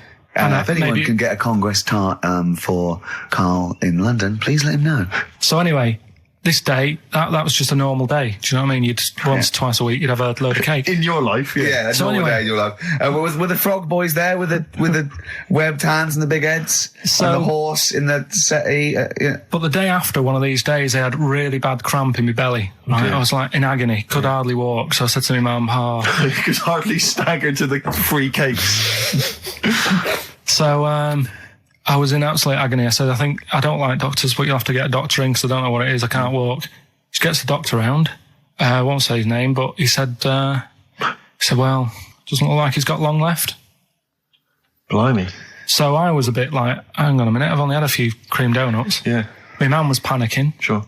He went. My dad came in from work. She said, something's really bad with Karl. I think it's serious. You know, the doctor said he ain't got long left. So he said, what? He said that and just left. So she said, yeah. He said, I'll have to call him then. So he called him up, said, what's all this about? You know, Karl hasn't got long left. How long's he got? So he goes, I was only messing. He's just had some bad cream. Can you believe that? Well, the thing is, I like the fact your mum didn't ask any questions. I know. She didn't But go she into doesn't. detail. Can you explain more, doctor? No, I got a shoe off. But she doesn't. She doesn't like talking. you know, I don't want to diss you or your family, but I imagine if I was there, I'd have known the doctor was joking. Yeah. That's all I'm saying. I mean, I sound very arrogant there, but I imagine he went, what's he been doing? Yeah, I had about 6 cream cones. Oh, right. Oh, wow. He hasn't got long to live then. I'll see you later. That's what I think the doctor did. Yeah. I just like the idea your mum just let him go. Yeah. Terrified, thinking, well, Yeah. I'm not going to probe him. He's that's it then. Dad comes in. Hi, honey, I'm home. Anything happened? The doctor said Karl's going to die and then left. Did he? I'll call him. But anyway, that's why these sort of things fascinate me. So we'll move on to this next one, right, which is brilliant. Go on then. Dead short story. So, right, old woman, about 70 years old. Yeah. She's normally fit and healthy and stuff. Nothing wrong with her. She's having a good life. And one day, she goes for a check to the doctors, just to check herself out, because she's getting on a bit. Yeah. He says, take your clothes off and that. So she does, and checks her out, says, yeah, you're looking good, you're looking good. Turn round. He said, oh, God. He says, you got a tumour on your buttock. Right? So she goes, oh, well, can you do anything to sort it out? So they go, yeah, we could book you in for an operation. It's best if we remove this. Books are in for an operation. Operation day comes, strip her down and that. They're all stood round, the doctors. Start to operate. It only turns out it's a pork chop that she sat on 5 years earlier and it had stuck to her buttock. Right, Karl. I can forward you. Serious. Right, okay, Karl, I'm telling you now, I'm leaving. I'm never doing this show again. No, I'm serious. Honestly. You're talking, I've never had such, what do you mean? You couldn't believe it? No, when I read it, I said, I've got to tell Ricky This that. woman had a pork chop stuck to her arse for 5 years, you mental case. Of course she didn't. That is a blinding record. And before that, Rick, what do you make of those adverts? They were great, weren't they? I like them, yeah. I'm going to buy all them products on the way home. And that's endorsed by Ricky Gervais. He's won awards. Yeah. Rick, do you remember this? This was a hilarious moment. No, you'll remember this when you hear it. It was when Karl said something that was basic. Well, I think for a lot of people it sounded like a lot of old bollocks. What have we got now? Right, so we're looking into animals that we get rid of. I've spoken to someone about snails. I've spoken to someone about jellyfish and that. And looking at cockroaches today. She's an expert. She's just not just some random person. No, she works in a museum, a good museum. I said I'd give it a plug. It's the one near Knightsbridge. It's got dinosaurs and that in it. It's worth seeing. Natural History Museum. Yeah. So, It's not sure. He's not sure. This is what happened.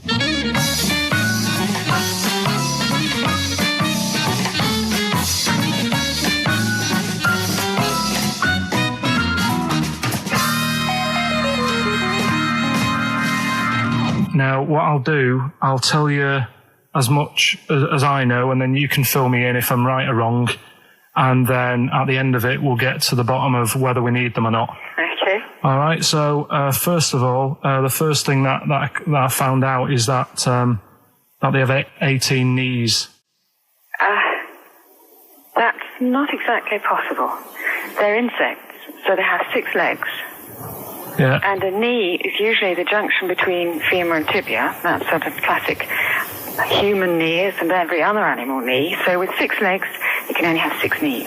Could somebody sort of got mistaken for seeing one that was a bit double jointed? I think you're grasping at straws or something. All right. Well, we might have to come back to that one then. Okay. They can hold the breath for 40 minutes.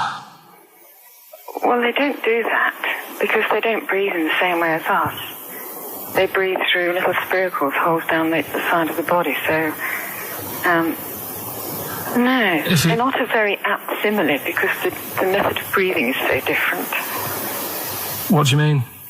Because insects have a totally different system. They don't have lungs in the way that we do and just breathing through one part of the body. They're actually breathing through every segment of the body all of the time.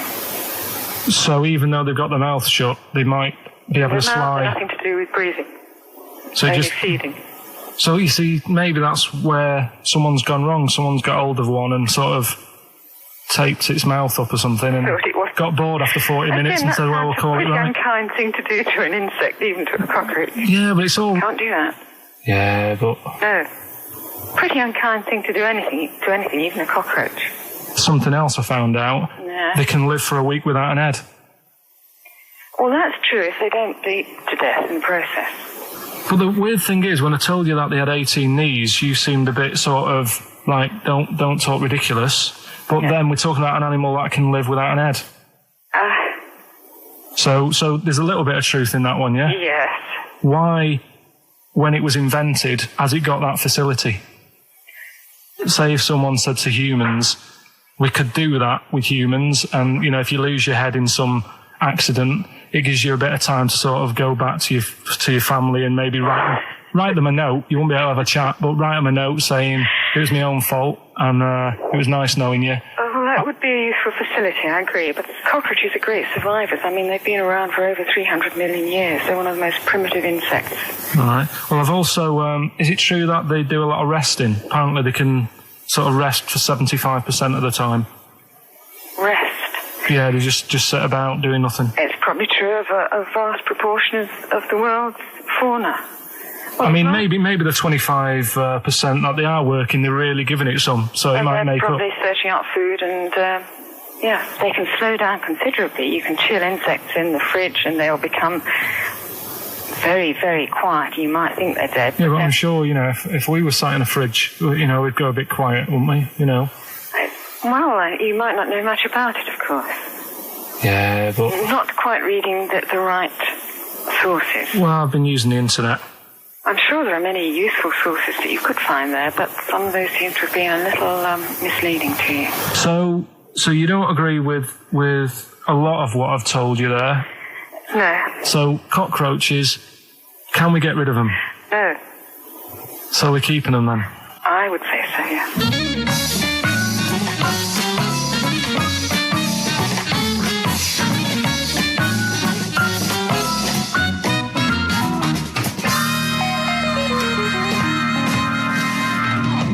I think we should get her on more often because she sounds like she'd be a bit of an ally, really.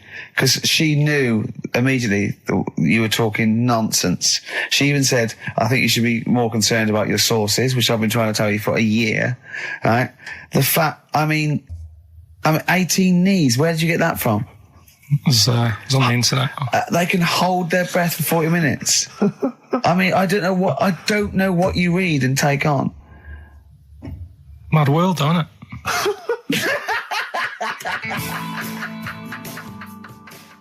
Well, if you've just tuned in, it's XFM 104.9. You've got that bit right. Ricky Gervais show with me, Stephen Merchant. Hello there. Karl is actually in a little booth.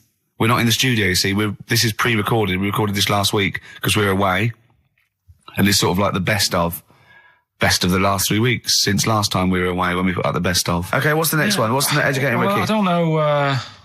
See, like I say, I was looking around and there's stuff that is interesting. Right? I was looking on the web. But there's no point. Well, it's just that I found one about... What's the point? About a lad who 8 years old, but he's still breastfed. Now, I don't know if you can get anything out of that. Is that what his mum said?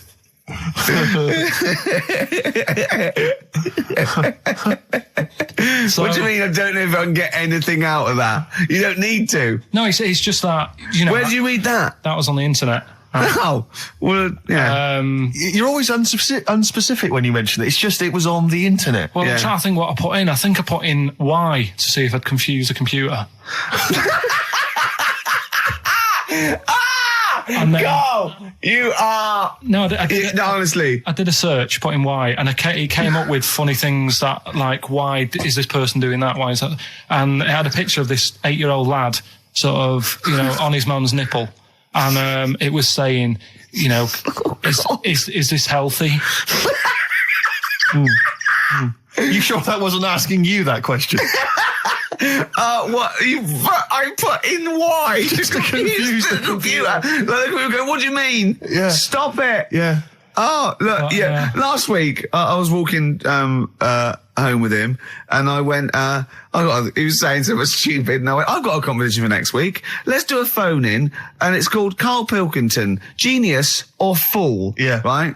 And he went, No. I went, why not? He went, well, it'd be confusing because they say there's no difference between genius and being a fool. They do though, don't they? No, but it's rubbish, and people say there's a fine line between madness and genius, and you know, it's a ridiculous soundbite. They don't say there's a fine line between a genius and an idiot. Well, the people who do are idiots. Yeah. So what would you do there though, just to sort of wrap that little thing up? What would you do? That lad loves his mum's milk. What are you asking me to come up with? No, I'm just a title for the story. No. It's just what would you do?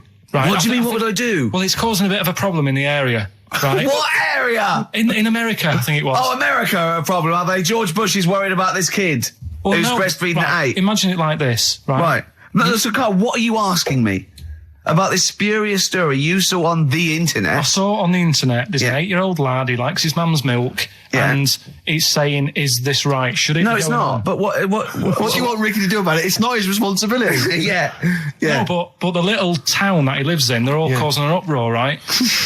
Going, this isn't right. You know, I can't let my kid play out in case he's in the garden with his mum getting a bit hungry, right? So, Oh, God. What should they do? Because his mum's saying, well, he likes it. Yeah. And he, you know, what do you do? I don't know the laws. No, but I'm not asking you to sort out the laws. I'm just saying, if you lived in that neighbourhood, what would you say?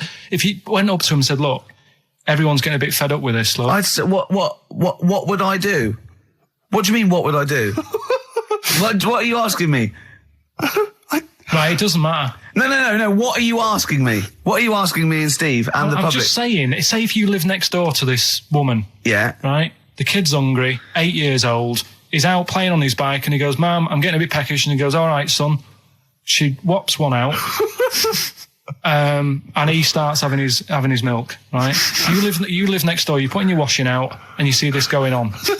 You're getting a bit sick of it because it's gone on for months. 8 years, I assume. Why is it your business? Why are you such a nosy neighbour that you're concerned? What would you do, Karl? Let's turn it back on him. Yeah. What would you do? What's your solution? What would you do? Well, I thought I'd say, right, why are you doing this? And she'd say, because he likes it. And I go, all right then, put it in a bowl first. She And you think that would sort that out? No, because I was thinking about the whole thing, right? And you do that when you're a baby, and everything's all right, innit? Yeah. No one bats an eyelid at a little baby having a bit of milk from its mum's breast, right? Yeah. You'd almost say it was natural. But you grow out of it. It's like you don't see. It got me thinking about things you don't see, and you don't see. Did you put this into a computer? Show me things you don't see. What else don't you see? Well, you don't see like an old man having a Twix. You never. Oh! So what? You know the terrible thing about all this, Steve, is he's right. You don't see an old man eating a Twix. That's a terrible thing. So what they have got, right, they've made old man toffees, haven't they? They've come up with Gervais. Is that a song? Oh, God. You don't see it. So they've got their Werthers, right? Yeah. So, look at him. You think he's giving a lecture at Oxford? It's not going anywhere. No, go on, sorry. Go on. I'm just saying... Right. You grow out of things. Yeah. And the old man, I'm sure when he was a kid, he'd have a Twix. Yeah. But now it doesn't look right, so he's having... It doesn't look right. So... Right. I don't think Werther's originals were specially designed for old people. I think they were sweets that just happened to have been made for years. That's why old people eat them. Yeah. They didn't go, hang on, there's a market here. I've noticed old people aren't eating Twixes. Quick, let's make some old man sweets. But the little advert, he gives it to his grandson as well, doesn't he? He goes, I have a Werther's original. I think it cuts though before he throws it back in his face and goes, get me a Twix. XFM 104.9. We're not here. It is a bit like being Dennis Norden, playing some great moments from the show. I just imagine Dennis Norden one day, sort of just like waking up out of his stupor. He's doing this, and he'd go into the producer and go, I've just seen a couple of my programmes. I just saw It'll Be Right on the Night 18. It's It is terrible. Why didn't someone tell me? Well, we didn't want to upset you because, you know. But I've been doing it way too long. Well, you can just let me go on forever. Well, until you died, yeah. Well, why can't my son take over? Well, he's 80, Dennis. And the jokes I'm doing, they're awful. They're just, why have I got that clipboard? I've written these jokes, they're not funny. There's an audience, they're laughing. What are they laughing They're not at? laughing, they're not laughing, that's canned laughter. Who are those audience? Who goes to an audience for It'll Be Right on the Night? A lot of them are older than you. It can't be right. Do you know we have a 15% fatality in one of your audiences? But I went home at Christmas, I watched one of the episodes. Yeah. I was with my family and friends. I said, watch this, you'll love it. Stony face, no one laughed. They all thought it was Well, it is Well, why didn't you tell me earlier? We didn't want to hurt your feelings. You're an old man. You may be upward of 102. I didn't realise. Yeah. Here's a problem that someone's emailed in. We're taking emails today. If you've got a problem, a concern, or, you know, just a general query that you think Karl could answer for you. It could be about anything. It could be about some of the big kind of philosophical questions. Yeah. It could be you know, something to do with war or famine, anything like that. Or it could just be a personal dilemma, you know, something that's happening locally. Anyway, this seems one that I think you and your father have probably come across this sort of dilemma in the past. Yeah. And I'd be interested to know what your take is on it. Let me see. This is from Lee Matthews by the look of it. He says, he lives in a suburban area where the local teenagers also live on the same road, and they're running riot. They're smashing wing mirrors off the cars. They're crashing into parked cars on their skateboards. And they're just generally making mayhem, you know, night and day. What can he do to stop this going on? The parents of the kids don't seem to give a damn. Anyone who complains to them, they just say, oh, piss off. You know, the police are useless because they never catch them in the actual act of violence, which is what they got to do to apparently convict them. So they don't know who to turn to, really. It's rather like when a little old lady went and got the A-team, you know. It's a great, you know, and he was dressed as an elderly Chinaman. Exactly. She knew who he was. Colonel Decker didn't have a clue. Yeah. You see, it's weird because now it has got out of hand. Sure. Do you know what I mean? Like years ago when I was growing up on the estate, yeah, you had problems, but not like you have now. Do you know what I mean?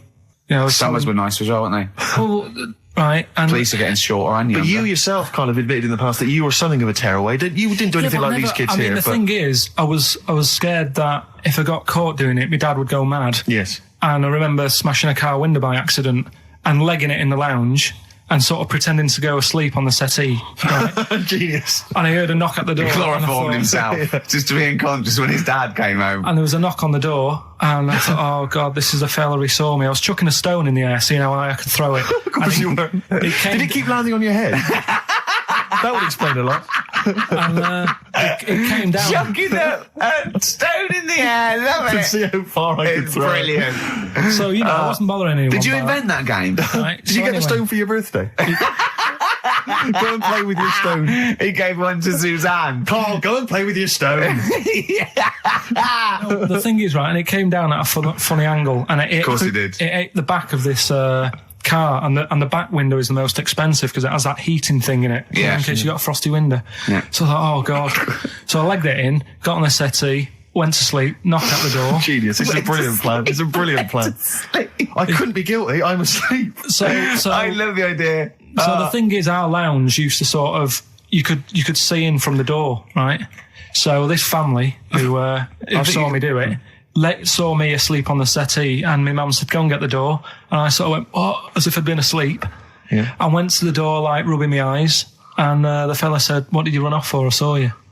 I was like, "Oh no," and I didn't see my dad. I went out. It was when he was working sort of evenings, so I went out so I didn't have to see my dad. And then the next day I came home from school, and my dad said, 45 quid. Oof. That's all he said. That's all when he he said. looked at me. And then you fell asleep when he went, wake up. You know what I said? No, 45 quid. Now the thing Carl. is, he didn't have to do anything. £45, Carl. Now, I know you were saving up for a brick, but you can't have it. Yeah. Just So, Equally, if you're doing a bigger crime, a bank job or a murder. Remember to take the stocking off your head, because if they wake you up and go, why have you got a stocking on your head? Just go, oh, I had a weird dream. Right. Okay, look, quick query for you. This is from Jay. He's got a problem here. He says, my parents won't let me ditch my studies. He's currently reading modern languages at London University. Sure. He wants to follow his dream, but his parents won't let him, of being a dancer. Carl. Worse than that, he says that they're trying to arrange a marriage to a bunch of minging daughters of people they know from good families. He doesn't know what to do, so he's got the arranged marriage coming along, and he's also got, he basically wants to be a dancer. His parents are forcing him into something more practical. Well, the first thing, right, I don't think Live your dreams? The arranged marriage thing is such a bad idea. Okay. Because I think too many people go on looks. Right. And then you soon get bored of that, and you find out the person who you're knocking about with is actually not your type. Right. Why don't you arrange marriages for people? Well, I'm just saying, right, so I'd say, Jay, go along with that. I wouldn't worry about it. Okay. I mean, if they're really ugly, then, don't go along with it. But if they're half bad, put up with it. That's Sure. right. The dancing. Brilliant. Right. That's that solved. Brilliant. I wanted to be a dancer. After I did the boxing, right, I joined a dancing thing just near Man United's ground, right, called Twiggy's. Went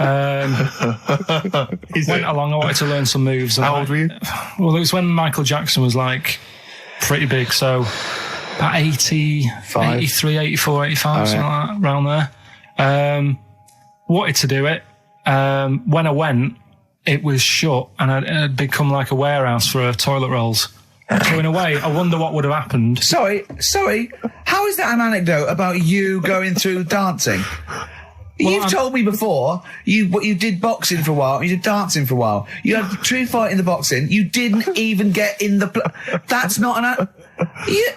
Imagine if that was a film. This is not a boy's dream of becoming a dancer. Oh, it's shut. Next on. I mean, how is that a story? Yeah, if that was Billy Elliot, do you think it would have won quite as many awards? Yeah, brilliant. Footloose. All right, I'm fed up. They banned it. Let's go. Eyes shut. Flash dance. First, there was. It's a warehouse. Never mind. I'm just saying, you'll find something else. I think I got a go-kart after that.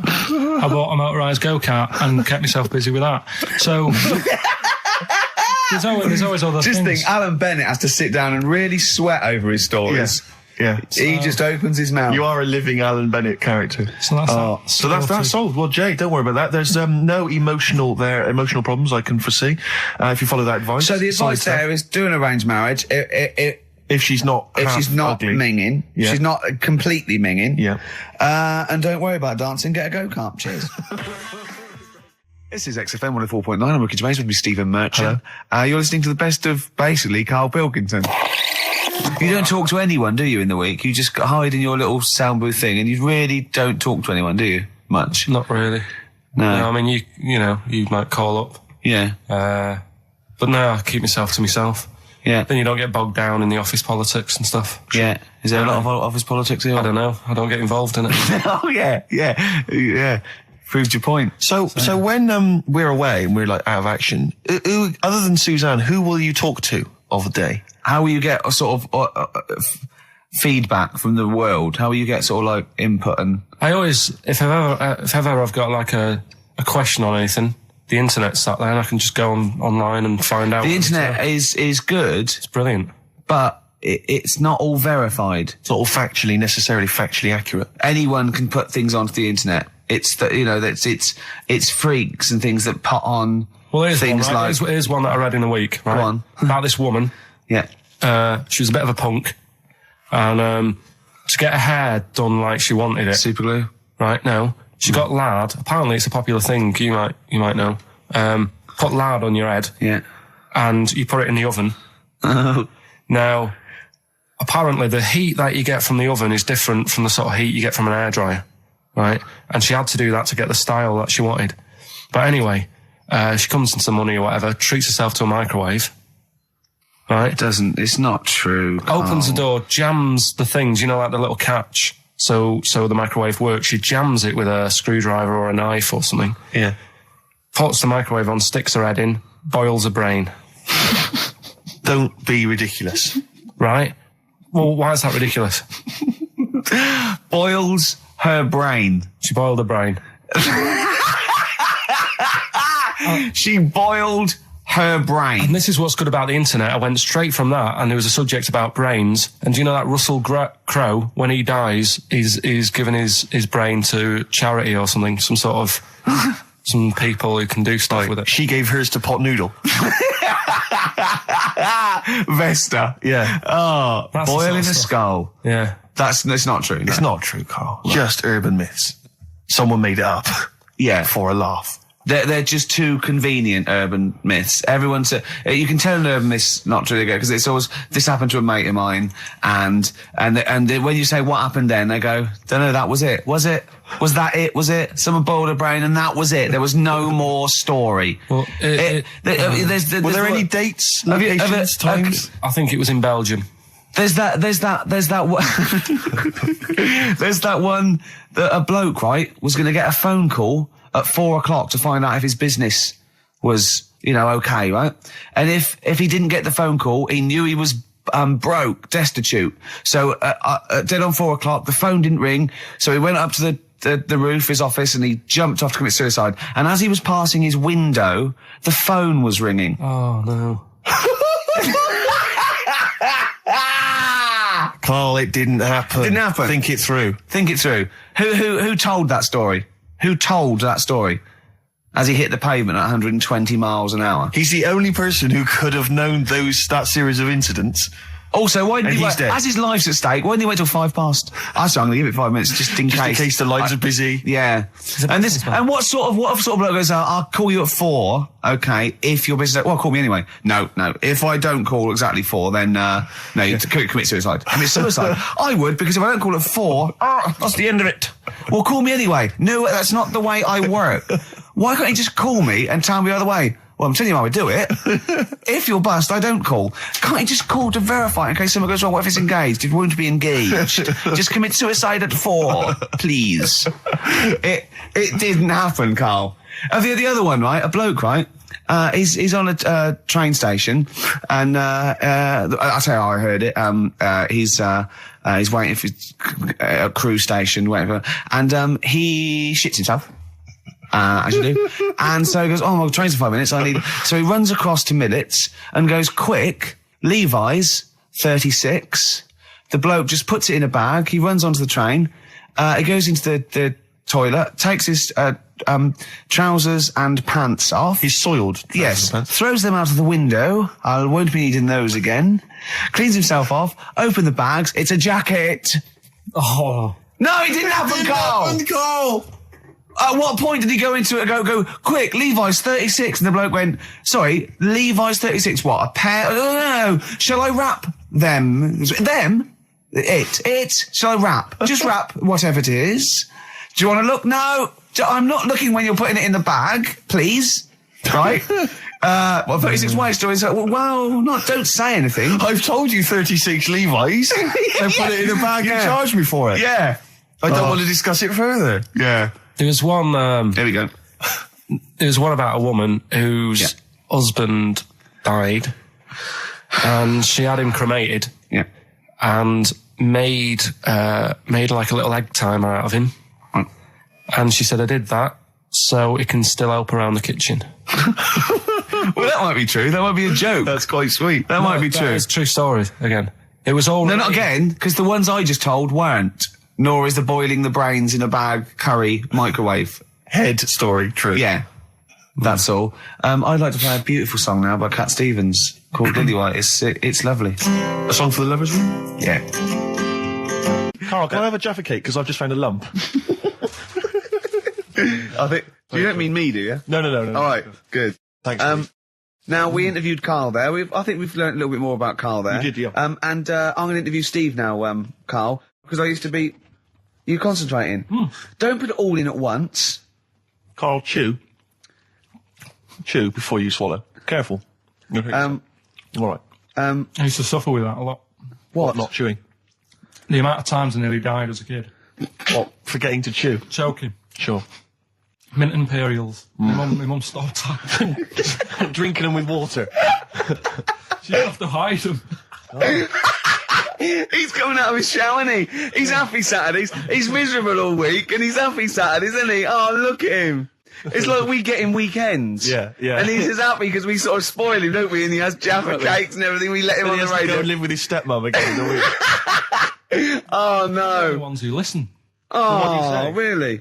Your girlfriend does, doesn't she, I imagine? She's been away for ages. I know. I imagine she just switches off after a while. But we love you, don't you? We're excited. We talk about you in the week, and we think you're great. So don't just think we're using you as cheap comedy material. I'd hate you to think that, Carl.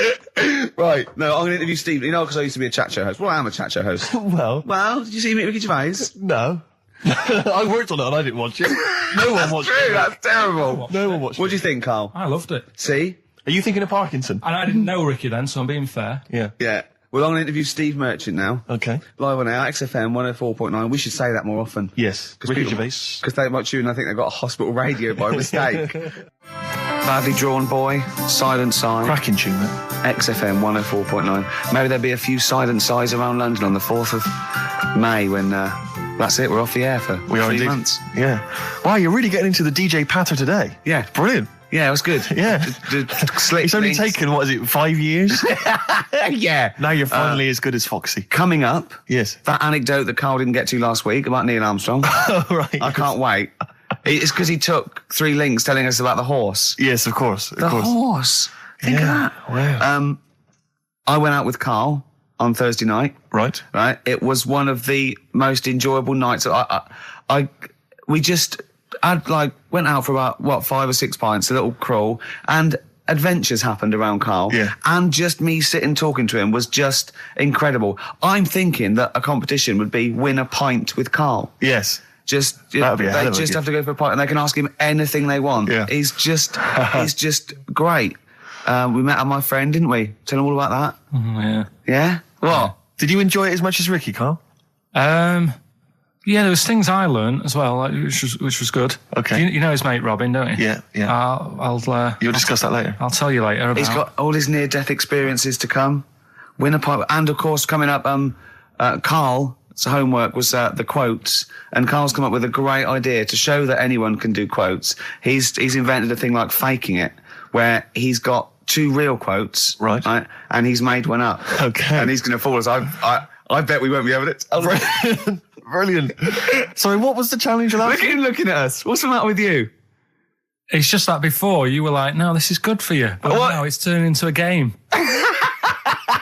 At your expense? Yeah. Has it only just dawned on you?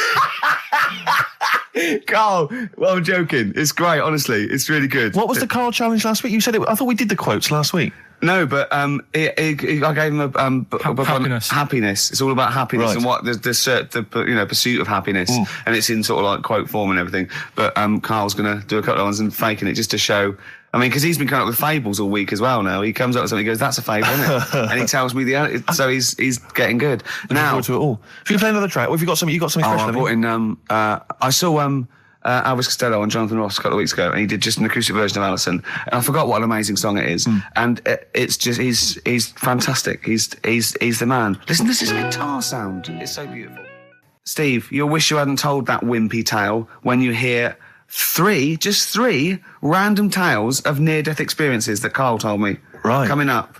I mean, honestly. Really? At least you had stunt people and crash mats. Yeah. You got paid. Yeah. The things that he got up to just through stupidity Well, will put you what? What one of them wasn't through stupidity? cakes. I'm already excited. The cake one? Yeah. Which one's that? Sorry, you had a near-death experience involving a Hold cake. on, I've got three. I've got the paper round, the nicking slate, and the Mr. Freeze. What's the cake one? Yeah, I suppose. The cream cake. Oh, yeah. Right, Play now a you're record. talking in riddles. Play Can we a have these record. next? Yeah. Play a record. Strokes, hard to explain. Like Karl, really. Yes. So, Karl, concentrate. You go on. So, we'll leave the worm with the bacon wrapped around the head, shall we? Well, if you're ever caught in the jungle, Yeah. Always carry some... bit of Danish. Good advice. Lovely. So, would you like to start on your... to Steve, because I've heard all these. We won't do them all. We'll start off with the Mr. Freeze. Tell Steve the story of Mr. Freeze. This is the first time he nearly died. This is the most serious of the lot, really. So, what it was, do you know, like, don't know if your mum and dad did the same thing, but like they do the weekly shopping on like a Friday. Yeah. So when you got to Thursday, there wouldn't be much stuff left in the cupboard. It'd just be like, you know, your Jacob's crackers and stuff like that. So when they'd been to the supermarket and they came back, I was like, you know, what's that saying? Like a pig in... You know, I loved it. It was like loads of food coming in, loads of biscuits. What is that saying? He nearly said pig in shit. Right. Is that the same? Yeah. Right. So yeah, all this food comes in. Thank God he didn't. Otherwise he'd have been in trouble. That's true enough. Because he's culpable for our actions because he's the producer. So technically, that twat's in charge. Go on. Right. So anyway, so there's loads of food, and I'm like, oh yeah, look at this, and chocolate biscuits, and you know, penguins and stuff. Bacon. And bacon. Just in case, you never know. So anyway, my mum and dad's putting the food away. Me and our kid are like, he's already grabbed something, gone back upstairs. It's like feral children. It's like a quest for fire. And then they run upstairs. What did you sit under the bed, gnawing at some sort of pig's trotter? So I saw, do you remember Mr. Freeze Pops? I do, yes. Well, they're kind of like popsicles, icicles. Yeah, but really long, like a foot long, right? Yeah. So I thought, I'll have one of them. So I grabbed it. Went for the nutritious stuff first. Absolutely. And like my mum and dad are putting the stuff away and what have you. And I rip it open and knock it back, right? Straight away, just right back like Swallow that. it straight away, yeah. But it went down the wrong way, right? So What's down your shirt? So I was like, oh God, I can't breathe. And my mum and dad didn't even know what I'd ate. Do you know what I mean? I ate it so quick. Yeah. And I'm sort of tapping my mum on the back, going, and she's going, oh God, you know, he's choking again, because I was always choking. If it was one thing, I don't know if I've got like a small throat, but I mean, even Ricky knows I can't drink that much, can I? Yeah. Do you know, or eat pebbles.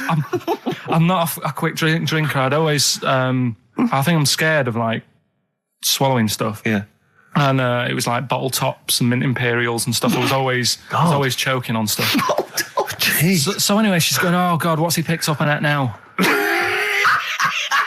Drop it. So- And hit his nose with a stick. So I was going, I'm choking. At this point, my dad had like, I think he'd put his share away, you know, his food away, and he'd gone. His share. I love it. Yeah. He'd gone to watch like Winner Takes All or whatever in a lounge, and I was in the kitchen, and I was starting to like I didn't care anymore. Do you know what I mean? I just got to that point where I wasn't struggling anymore. You just thought, I'm done I just for. was like falling to the ground. And my mum's going, you know, get in here, I think it's serious. And my dad comes in and sort of starts shouting at me, saying, that's what you get for being greedy. He didn't even know what I'd eaten. Well, it was the moment to teach you a lesson, certainly. So he's there like that, and my mum's going, oh, look at him. And my lips were going purple, and my eyes were rolling into the back of my head. You look like Marilyn Manson. And so anyway, she grabbed me from behind and did that fireman thing. The Heimlich manoeuvre. Yeah. And, you know, winded me. And it came up, and I was all right. What, the whole popsicle came flying back out? You see, that's what I don't understand. Because There was nothing there. No, just a little bit. No, it swells up, doesn't it? Because it irritated it. So it went down your sort of like your epiglottis. It went down the wrong way, like it went into your air canal instead of your throat, and it sort of spasms, and that's the fear. You just got to calm it down and relax. So in time, I would have been all right. Yeah, anyway. you don't. Well, no, you might have. So that's so that's hang on. one. So, but No. But the weird thing is, like for like 3 days after that, I felt like a sort of a special person. I went to school. I'm saying nothing. I did full days. A special needs person. Yeah. I went to school the next 3 days after that. I didn't like wag it or anything. I did full days. I love that. 3 days, turn over a leaf. Yeah, exactly. After 3 days, you thought, screw it. Yeah, did a quick history exam. But have you ever had that where you've like felt like I've been given another chance here? Right, next one. weird. That's popsicle. That's popsicle hell, we'll call that. Right, next one. Which one's the next one? Oh, what about your paper round? Right. Can I ask very quickly, did your life flash before your eyes like they say it did? No, I just sort of went really calm and like, I'm ready for this now. Right. I wasn't bothered, do you know what I mean? You had wasn't no scared. regrets? No. It was weird. It was really weird. Yeah. But anyway, the paper round one. Paper round, I'd still say it's the best job I've ever had. And he means it. No, I really enjoyed it. It's like, you know, you don't have to work with anyone else, right? So you make your own rules. Just think of that. You know, you sort of You're around, spreading information to people, vital information. giving a service, and no one else is around. You know, you can just do what you want and think about stuff whilst you're cycling around on your bike. It's really good. Yeah. So anyway. Imagine the stuff he's thinking about when he's riding around his bike. So getting in the head of a salamander. So anyway, I loved it, and even though I only got like 50p a day, right, no matter what the weather was like and stuff, I used to get up at 4:30 and go and do the round. And why'd you get up at 4:30? Because I wanted to watch the Pink Panther at 5:30, so I wanted to get me paper round done. I said, why didn't you watch the Pink Panther? And then do the paper round. He went, I can't sit there thinking I've got my paper round to do. You'll ruin it for him. Yeah. So is it a good job or not? So 4:30 I was up and about, and this morning it was like winter, really bad winter, bad snow, you know, freezing cold, really windy and all that. And my mum said to me before I went to bed, she said, don't be getting up tomorrow, I'll give you the 50p. I said, it's not about the 50p. So, you know, people want the papers and stuff. So, conscientious. So anyway, I went to bed thinking, you know, that's it. I've told her I'm still going, so, you know, whatever. Go to sleep, get up in the morning, and put all my kit on. And I used to have layers of clothing on because it was really cold. I had like a big anorak on with the fur on. I had like waterproof pants, and I got my paper round bag. And I went downstairs to get out and tried to open the door, and it was locked. I thought, God. So she'd locked it so I couldn't go out. So I'm searching around the house looking for the keys. She must have hid them somewhere. I thought, oh God, you know, I've got the papers to do. So I thought, how can I get out? So I went upstairs, climbed out of the bathroom window. God. Right, and to try and jump out of the bathroom window onto the porch. But the problem was, I had so much gear on, I was like the Michelin Man. So I could hardly move as it is. Yeah. And I'm trying to get out the window, and I'm like, try to stretch down like that, get my foot on the porch, and my bag got caught on like the hook of, do you know, like how you have a hook so you can put the window open? Right, yeah. The little arm goes on. My bag had got caught on that. I was holding on to the wall and my foot on the thing, so I couldn't sort of pull it away in case I pulled it away and then fell on my head. Yeah. So I'm stuck there. Dangling. My dad comes back from working nights. Yeah. He thinks I'm a burglar. Gets out his gun. So he's shouting and stuff, going mad and going, Dad, it's me. And he had to give us a hand using a... He's heard that wily trick in Manchester before.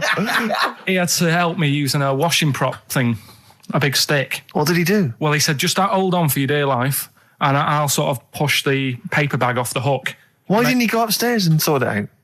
It was at that point where I was in the middle. There was nothing you could do. Do you know what I mean? It's at that point where you've just got to make a decision. Yeah. And by the time you go upstairs, who knows what might have happened? Sure. Do you know what I mean? You've got to act there and then, not messing around. Yeah.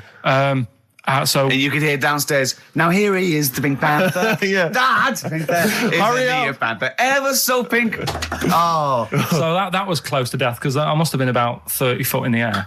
Yeah. And I would have, you know, that would have been nasty if I fell to the concrete paving. So well, there's more to come. Should we play a record and come back to this? Because he's got more. Oh yeah, no. There must be one of them where you did fall on your head. This is the one I'm waiting for.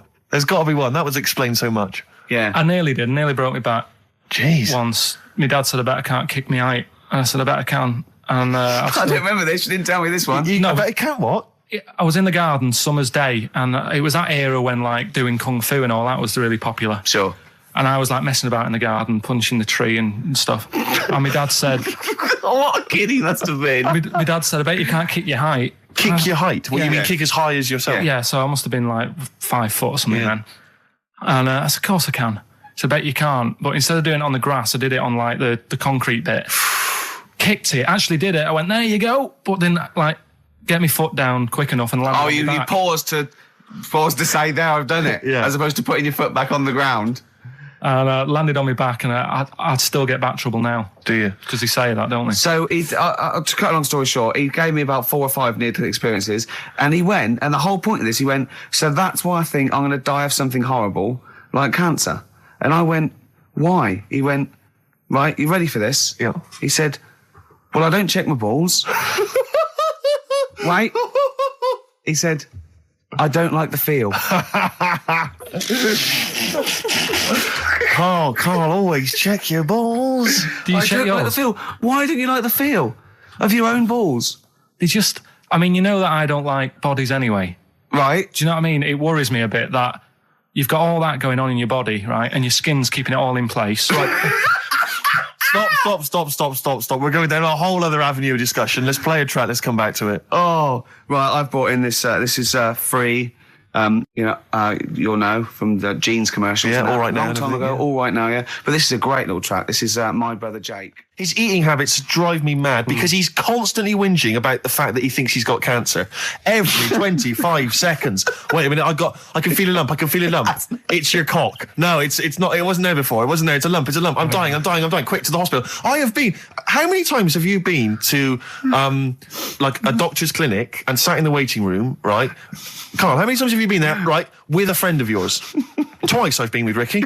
One time when we were writing the first series of The Office, we were writing in the waiting room for the doctor because he had to go in there and have because he thought he had testicular cancer. I swear to God, I'd seen he the thing thought he had about testicular it. cancer. And I just said, and he said, I never worry about that again. He said, no, you're not in the risk group. That the other time was, but wait a minute, you had to go in there. The other time was I thought I had a stomach cancer, and she went, why? I said, oh God. He said, when you get a sore throat, do you think you got throat cancer? I said, I've thought that, yeah. And she sort of said, get out of here, you idiot. And that's what I like. I like that when they do that. But I think it's sort of since my mum died a bit, and I just think, oh God, it's in the family, and that's the thing I worry about. But yeah. don't you prefer? I mean, I don't go because it scares me. I'm like that. I prefer not to go because he might. I always worry that, especially with cancer and things, that they'll go. You know, I'll go there with a sore leg or something, and they'll go, no, your leg's fine, but look at this we've found in your head. If it's a brain, you'll be laughing. No, but do you know what I mean? They'll find something, because none of us are perfect, and as you get older, you get little moles and stuff, and they'll say, oh, we best get rid of that. And it's like, leave it alone, it's not causing any problems. Arguing. That shouldn't be there. Leave it alone, it's not good. It is, it's getting bigger and it's strangling your lungs. But Rick's sort of like, but my point was, this is what upsets me. He constantly worries about his health. He's constantly obsessed. I found some buboes. I think I've got plague. every 10 minutes he's got something. I started choking once. I thought it was some dust, didn't I? Yeah, he swallowed some dust. He started choking like he'd swallowed a fishbone, right? It was literally, I thought he was going to die. And he from panicked dust. and he shouted, right, I'm choking, I'm going blue, and I'm telling him to hit me, and he's hitting me on the back. And he shouted, I don't know the Heimlich manoeuvre. Yeah. And I was choking and dying, but then I wanted to laugh because he panicked going, it's like, if he's going to die, I want him to know that I didn't know the Heimlich manoeuvre. I did everything I could, but I didn't know the Heimlich manoeuvre, so that was why I couldn't have saved it. Dear. But my point is this, he worries about his health, and yet he eats like a child. He eats crisps, constantly, Coke. He keeps going, I've got a headache, drink some water. Yeah. No, boring, hate it. I did say that, yeah. Chips, pizza, sausages, beans and chips. I've never seen someone eat so much. Sausage. I don't know how he's not bored of it yet. Sausage, chips and beans. Everything that's got to have cheese on it. Parmesan cheese, please. On anything. Why don't they leave it in a restaurant as well? Seriously, why don't they leave the Parmesan cheese? It's like it's gold dust or something. The salt, as much salt as you want, but they come along. And I found myself sneaking. I've said to Jane, look out, is the waiter looking? And I've leant over and did some more Parmesan. I feel really guilty. Just leave it. It was on a trifle. You don't need cheese on dessert. I've explained it to you. Oh dear. So this is why I get angry. And that's why I got. And this is, I'll tell you this. What if I had to be on? I mean, Ricky was on Room 101. If I had to be on there, I'll tell you this. Ricky Gervais would be the first person in there. He'd be straight in there, man. Because I got a list as long as. What did you think when I said annoying people like making noises? Unbelievable. It was so. You talked about annoying noises and that people that make noises that are annoying. He is the most irritating man I've ever met. I swear to God, I don't mean that as an insult. You really are, because you go out of your way to be insulting and irritating. Thanks. That's fine, you know. But you'd be straight in there. Yeah. In fact, we should do this next week for Karl. We should draw up a list of Karl's hates. What he'd put in Room 101. Oh, Think about that next week, That Karl. is genius. Next week, so we got the competition, we've got Karl. I'll tell you what, let's play a record and do White Van Karl. Yeah. And just let's slam dunk this mother. That's true enough. What are you going to play? Some Alpine Stars. U2, Electrical Storm. That's great. That's great. I love that. On XFM 104.9. I'm Ricky Gervais, with me Steve Merchant and Karl Pilkington. Karl, I want you to tell Steve what you told me in the week. About the snake, about the anaconda, this is Karl's method. He's not scared of the anaconda, the 30-foot long, biggest, scariest snake. No, you were talking about stuff, weren't you, about in jungles and that, and animals. That's what we do. Yeah. Right. And I remember reading about, say if you're in the jungle and you get tired and you go to sleep, right, and you sort of wake up and you feel something on your leg, and you look down, and it's an anaconda, right? Yes. And it's swallowing your feet, because apparently they always go from the feet up. They never eat you from the head. So okay. Should I save these points to the end? Because make a list of the points. Because they always eat head first, because the way the fur goes, where they have to take a capybara or even a rat, they take it from the head first. Make a point. Make some notes. Okay, so that's wrong. We'll come back. Okay, let's go on. So they always eat you from the feet. Go on. So they swallow in your feet, and it's said on the website, if you wake up and you see this anaconda doing that, sort of eating away at your feet, don't panic. Don't panic. I'm just writing this down. Don't panic. Hold on. Okay, go on. Don't try and kick it off. Okay. Just let it sort of swallow you. Mm-hmm. But only up to your knees. Okay. Why not kick it off straight away? Because I think it sort of gets a bit angry, it starts thrashing about, and it can swallow faster, I think. Oh, yeah. I'm guessing that bit. Okay. Just put a question mark by that. Okay, there, pop a question mark next to eat. So knees. yeah, so it's knees. So eat it up to your knees. It's up to your knees, and then what you do is you get a knife. Yeah. Okay. And you cut. And how do you get a knife? Do you walk over to the kitchen? I was going to pop over, get knife. Where's that coming from? Get the knife. You always have a knife. Okay. Always have a knife, of course you do. Otherwise you're a fool. Always have a knife, okay? Well, come on. Yeah. If you're going to go into a jungle... Always have a knife, okay. Always have a knife, yeah. Simple. Could I just suggest something? You know, suppose you're wearing combat trousers, and the knife is actually in the trousers by the knee, the sort of pocket by the knee. What happens then? I suppose you could still reach in into the mouth, couldn't you? So anyway, you've got a knife. Let's say you've got a knife. Let's say you've fallen asleep, the anaconda's chewing your feet, you let it eat up to the knees, you've got a knife. What do you do then, Karl? Right. So it's up to your knees, and what you do, you get your knife that you got out of your pocket earlier, and you cut it at the mouth, right? Do you know, like either side of the lips? Right. So you're sort of cutting it in half. Right, like a Chelsea smile. And it can't, yeah, that's right. Yeah. It can't do anything. It wasn't ready for that. It can't move about because it's got, like, your legs in its mouth. And peel it off and walk away. Okay. My main point, really, is this, Karl. Never will an anaconda or any constrictor, python, boa constrictor, just start eating a sleeping man. He will crush you to death first. That's why they're called constrictors. They're not called gobblers, are they? Or holy swallowers. They're called constrictors. Why would he start eating something? Is that how they take down antelope? Just start chewing their leg? Oh, it's gone off. I'll tell you what, lads. They get together. The snakes got there and said, I'll tell you what, we're losing a lot of prey by just living at their ankles. They're running away. Let's crush them to death first so they can't move. Then we can swallow them. You're a fool. So anyway, right, so I was telling him this bit of information because we started a feature last week. Mm-hmm. Well, week before. Sorry, Karl, can we just go back to the crushing you to death first? Yeah, but, well, I read it. He's won there. He's beating you there, Rick. Okay. Did it say what to do if it starts pushing its face? No. Did it say what to do?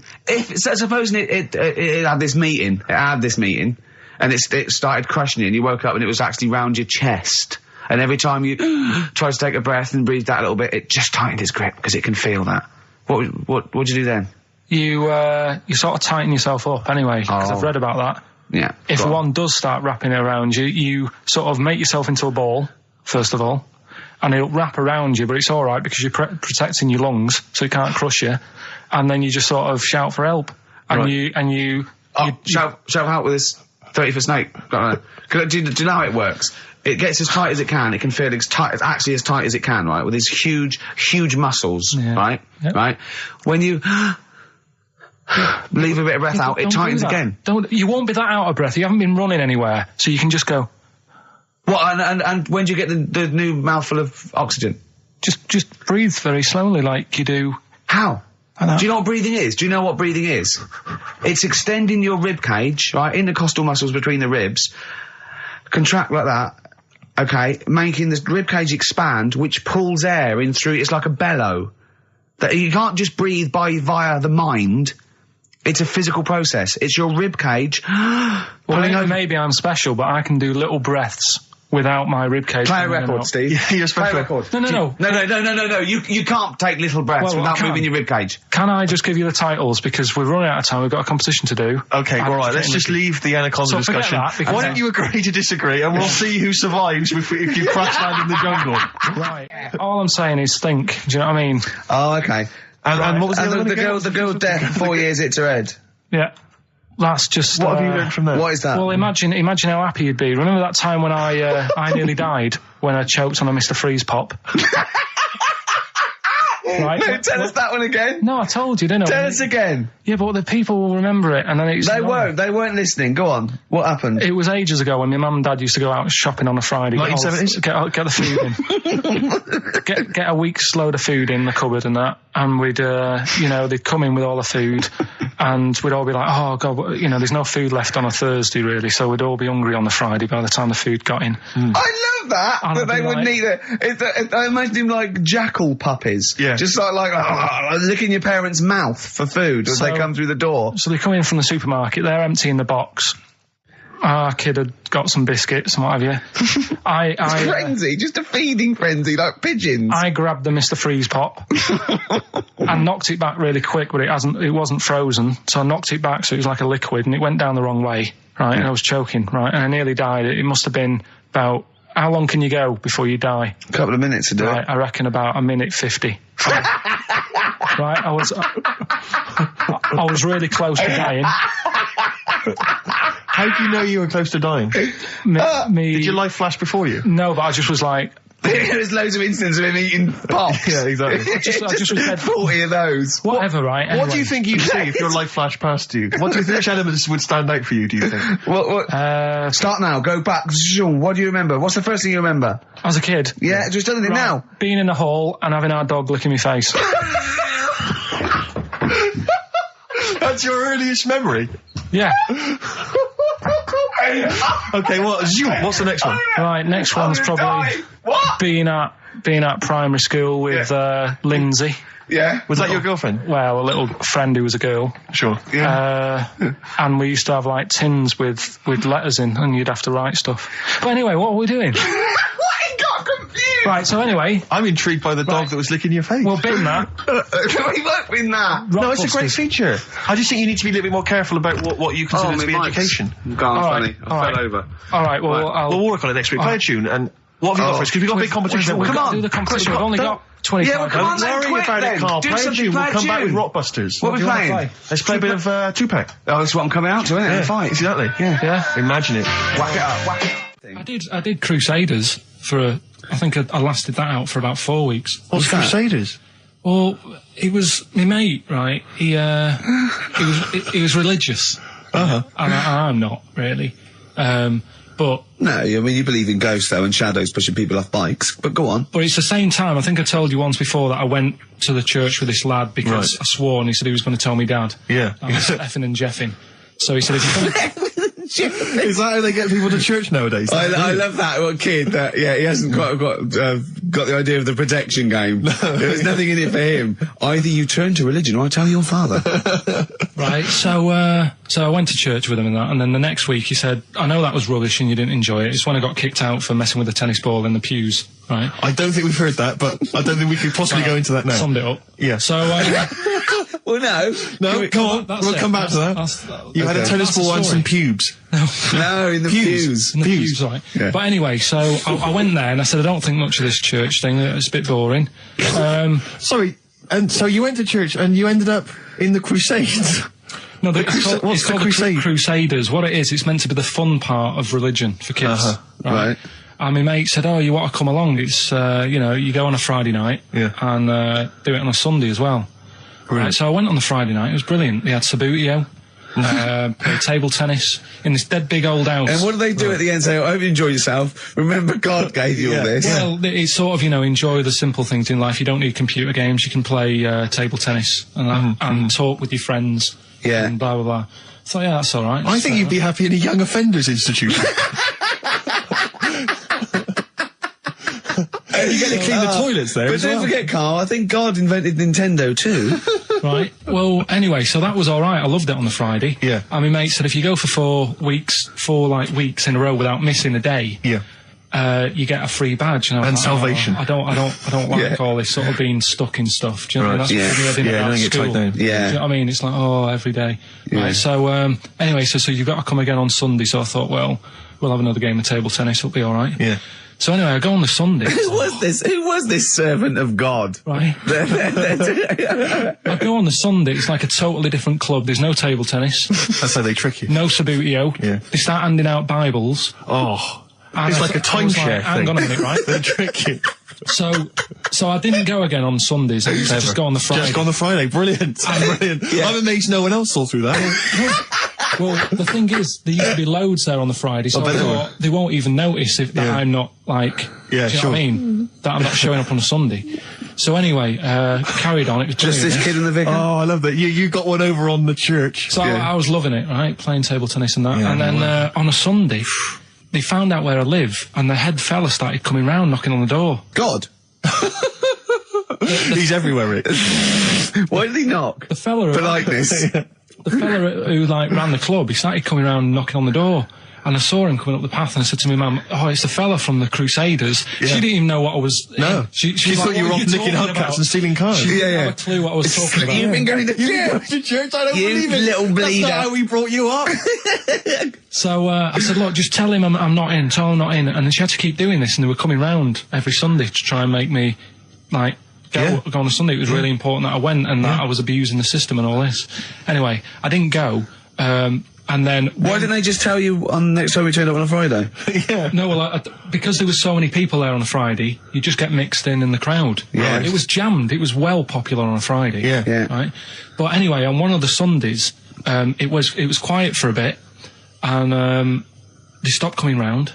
So I thought, right, I can go out again, right, on a Sunday, because I used to avoid hanging around the house. What sort of reign of terror is this? Incredible. Right. So I thought, it's like the Spanish Inquisition.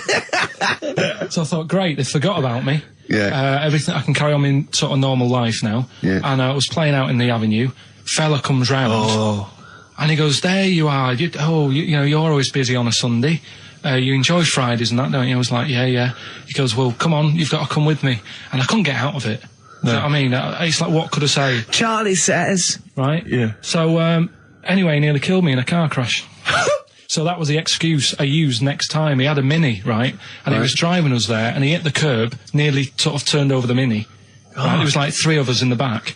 So I said... Is that a record? So... Next time he came round to pick us up, I said, look, really enjoyed it and that. I said, but ever since that journey, I really, I don't want to get in the car with you again because it scared me a bit. And I said, all right then, I didn't have to go again. That's all right, isn't it? That's extraordinary. Yeah. He almost killed you in a car crash. It's a parable. Thank God no one was hurt. Yeah. I remember that... Your life moves in incredible ways. Yeah. Rather like God. Yeah. So they're probably round there now, aren't they? Going, is he coming tomorrow?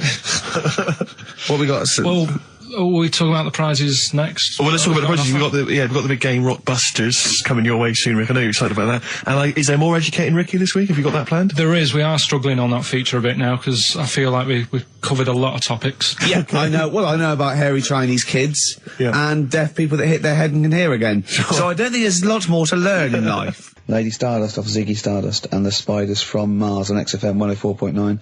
I'm Ricky Gervais, Steve Merchant. Karl Pilkington is in the middle of educating me. Colon then, educate me.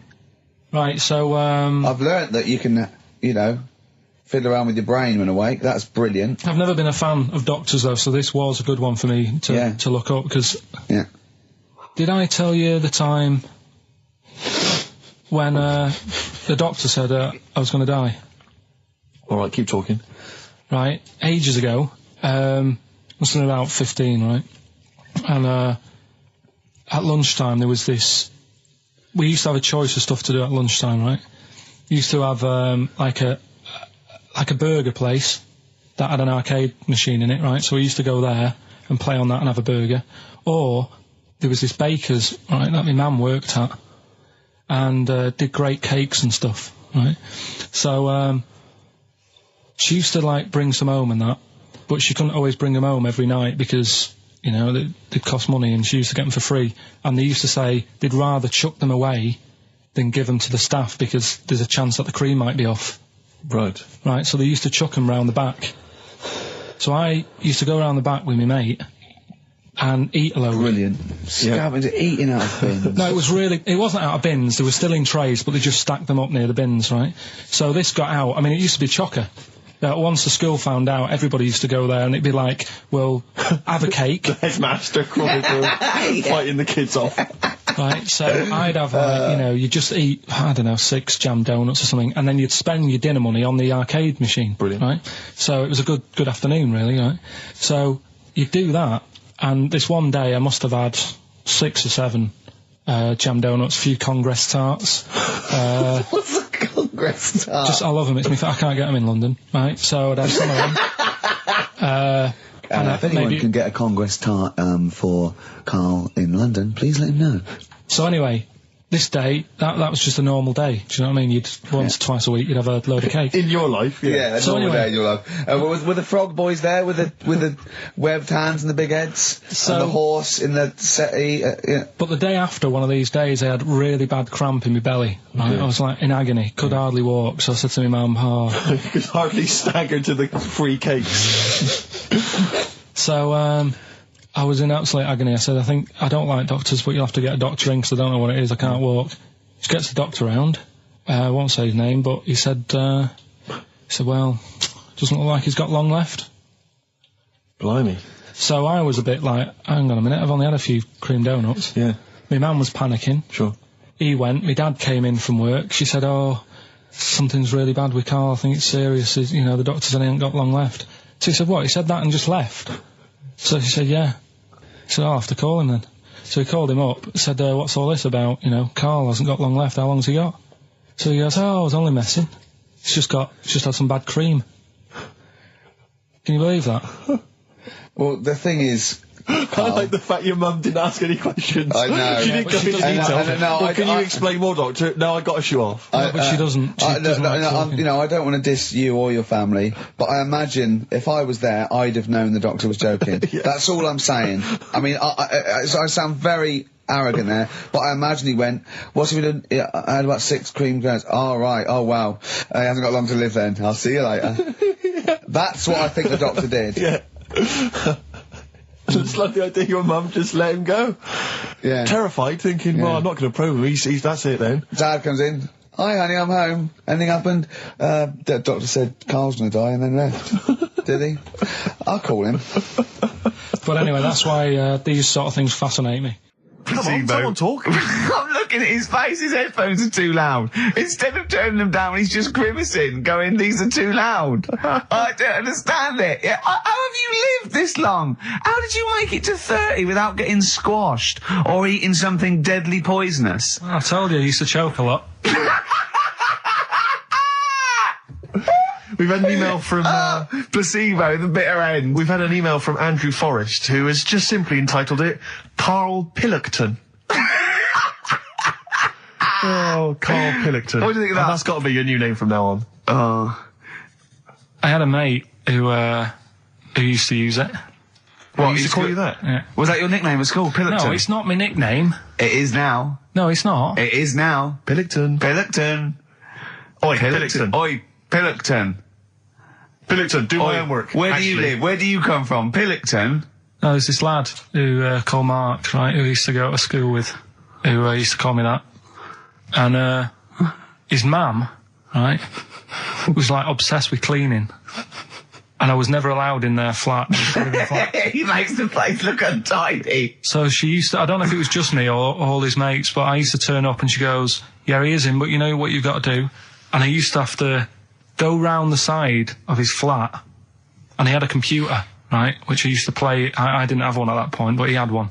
And I used to have to go round the side of the flat and stand at his bedroom window with his window open, and I'd be sort of leaning in playing the game. You are joking. I'm not. His mum. You had the weirdest upbringing I've ever heard. The things you were willing to do. It's the strangest. What is this town like? No, I stopped going once. Was there always music? Like, there's the horse in the house there. Oh, look at these two kids with big heads and webbed feet. All right, Ronnie. All right, Reggie.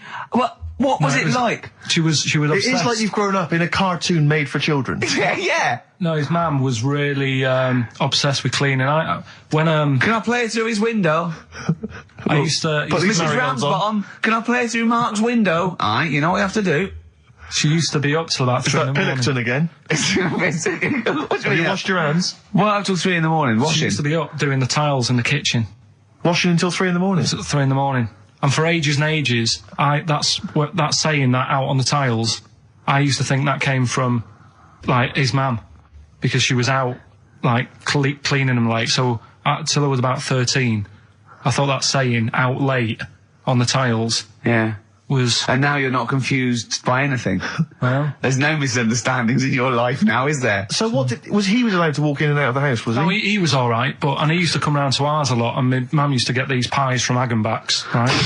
So... I don't know what that is. It's at that bakery where they used to chuck the cakes out the back, I'll tell you about. Yeah. And you at 6, you at 6. He loved it, but I could never go round to theirs, or if I did, it was like, well, yeah, he is in, and I'd go, alright, and then I'd walk round the side of the flat. Stand outside. Why did you ever knock at the door? Why don't you just go around and knock on the window? Just to check he's in, because he wasn't always in his room. If he was in the lounge, he'd have to go to his bedroom, and then that's Used to meet you.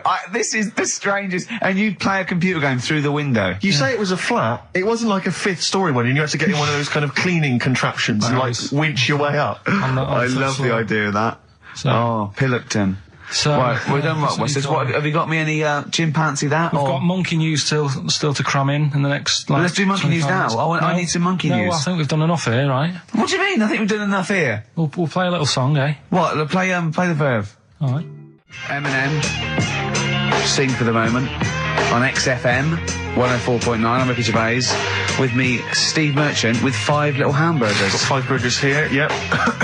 And so I don't know, how should we begin, Carl? Do you want to just look at the size of these burgers? Look, they can see it on webcam, can't they? They can see us stuffing these burgers into your mouth. Hmm. And by the way, I'm filming this, Steve. Look, brilliant. Look, I've got a camcorder. Yeah. We'll put this on unseen footage on a DVD or something. Or maybe on the website. On the Oh, Carl, what if you break the record? Okay, Carl, I'm coming round now to just monitor this and adjudicate. What's the web? If you want to see this on the webcam, what is it? XFM.co.uk. Right, okay. Hold on. Can I, Steve, I'm not being that? funny. I'm not being funny, right? But I think I have got like a bit of a wheat thing. You've got a bit of a what? A wheat allergy thing. Oh, don't give me that. No, seriously, my head's... I've been eating a lot of shredded wheat recently. And my head's got a bit bigger. Carl, I don't think you can let us down now, mate. So you just got to put that first. No, I can't put that like that in my mouth on its with. I've got to break it up. I've got to break it up. Can't break it up. Can't break it up. It doesn't say you can't on the rule thing. It does. It doesn't. I can't look. I physically can't. Try it. I can't look. I'd have to be Jay Goody to get to that. Seriously, look. Try it. Yeah, I know, but you're not approaching it right. That's it. Come on. That's all. Keep going. God, he's not going to do one. Keep going. That's good work. Keep going. How does I get brilliant? Keep pushing. Keep pushing. Ease it in. Keep pushing. Get one in at least. Ease it. Get one in at least. Get one in. Ease it in. Get one in. Push it! Push it! That's one. Let's go for another one. R.E.M. Night Swimming. It's a lovely song, isn't it, Carl? Huh? XFM 104.9, I'm Ricky Gervais, with me, Steve Merchant. Carl, disappointing. You couldn't even get one whole burger in your mouth. I did, kind of. Yeah, but there was a bit sticking out. It just looked messy. But you were saying about putting it in whole, and I don't think that's the rule. Okay. It's like you can get more in a suitcase if you put things in properly. So you don't just get all your clothes and chuck them in. So it's about, I reckon you've got to rip it up a bit. Okay, do that then. See how many you can get in. You've got to get in 2. No, just one. No. Well, it's three. Pack it in. What do you do? Pack your cheeks first. Honestly, Steve, my head is swelling a bit because I have got a wheat thing, a wheat allergy. That'd be good then, there'd be more room. Right, okay, look, Carl is now just sticking it in his cheek. Right. Yeah. Don't eat any. You can't swallow any. It's like a hamster, you've got to work it like a hamster. Yeah, stick it in, come on. He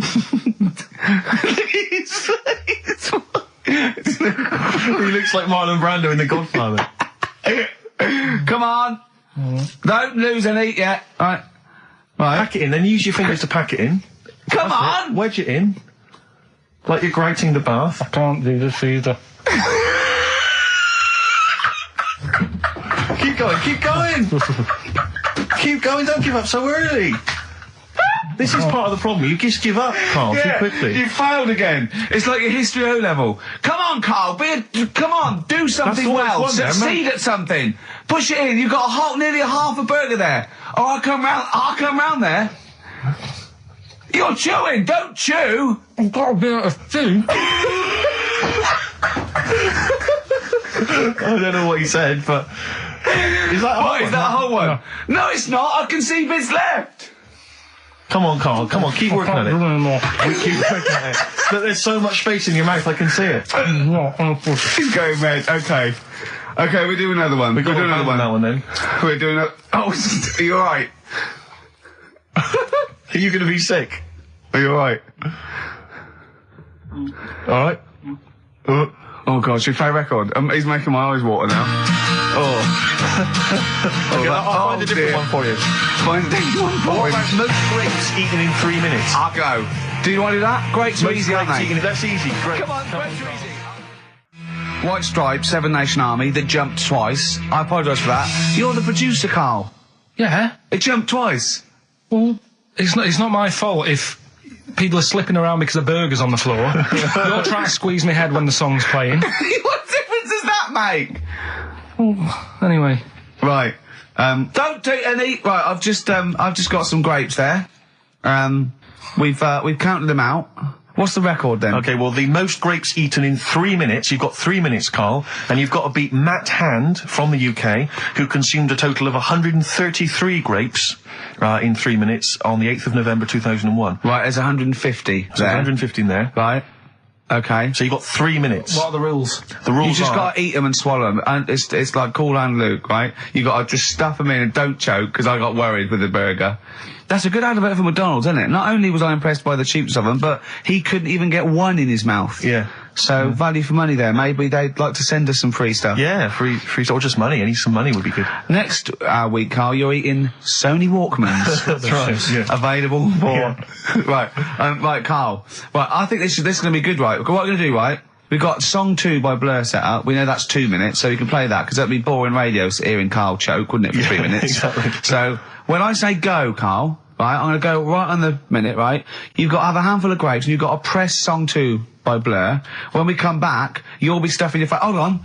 You ever do that? How can you work the buttons? I can do that. No, I don't think you can. You cannot touch the grapes until the opening note of song 2 begins. When the Blur 2's, when song 2 stops, can we just push up the fader so because you'll be stuffing Don't worry, your face. we're almost. Let's go. If we go. Okay. Any second now. Okay, right. Okay. Ready, 3, 2, 1, go! And he's off.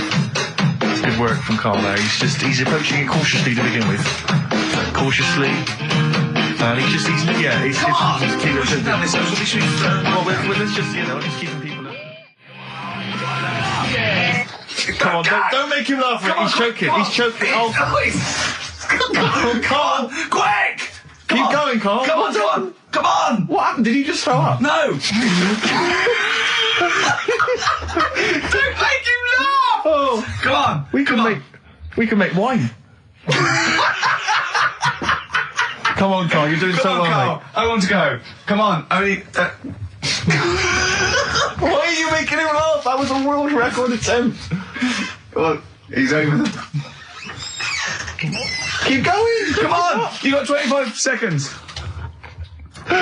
Come on. Oh, I think that was a shame actually, because you were doing well, but something went wrong. I know, and I think those are bigger grapes than the ones I've seen before. They're quite big grapes. Look at his face, he looks so despondent. Come on, Carl, 8 seconds. Just a few more. 5. Come on, what's the matter? 2. 2, 1. It's all over, Carl. It's all over. Better count how many you did. You can get good at this. We can get good at this over the weeks. I think that was a fairly pitiful attempt, actually. I really thought you had a... It's interesting, actually. These are harder records than you might think. Yeah, I know. 6, 8, 10. How do you feel after that record-breaking attempt? Not happy with that. What are you not happy about? The fella who did it, was he in hospital and just had loads of grapes? I was bored. I'm sure he wasn't producing a radio programme, that's for sure. Well, to be fair, neither are you. What was tricky about it? What did you find hard? I think having Ricky standing over me, sort of shouting, "Go on!" isn't normal. No. But did that, so that wasn't... He hasn't eaten any!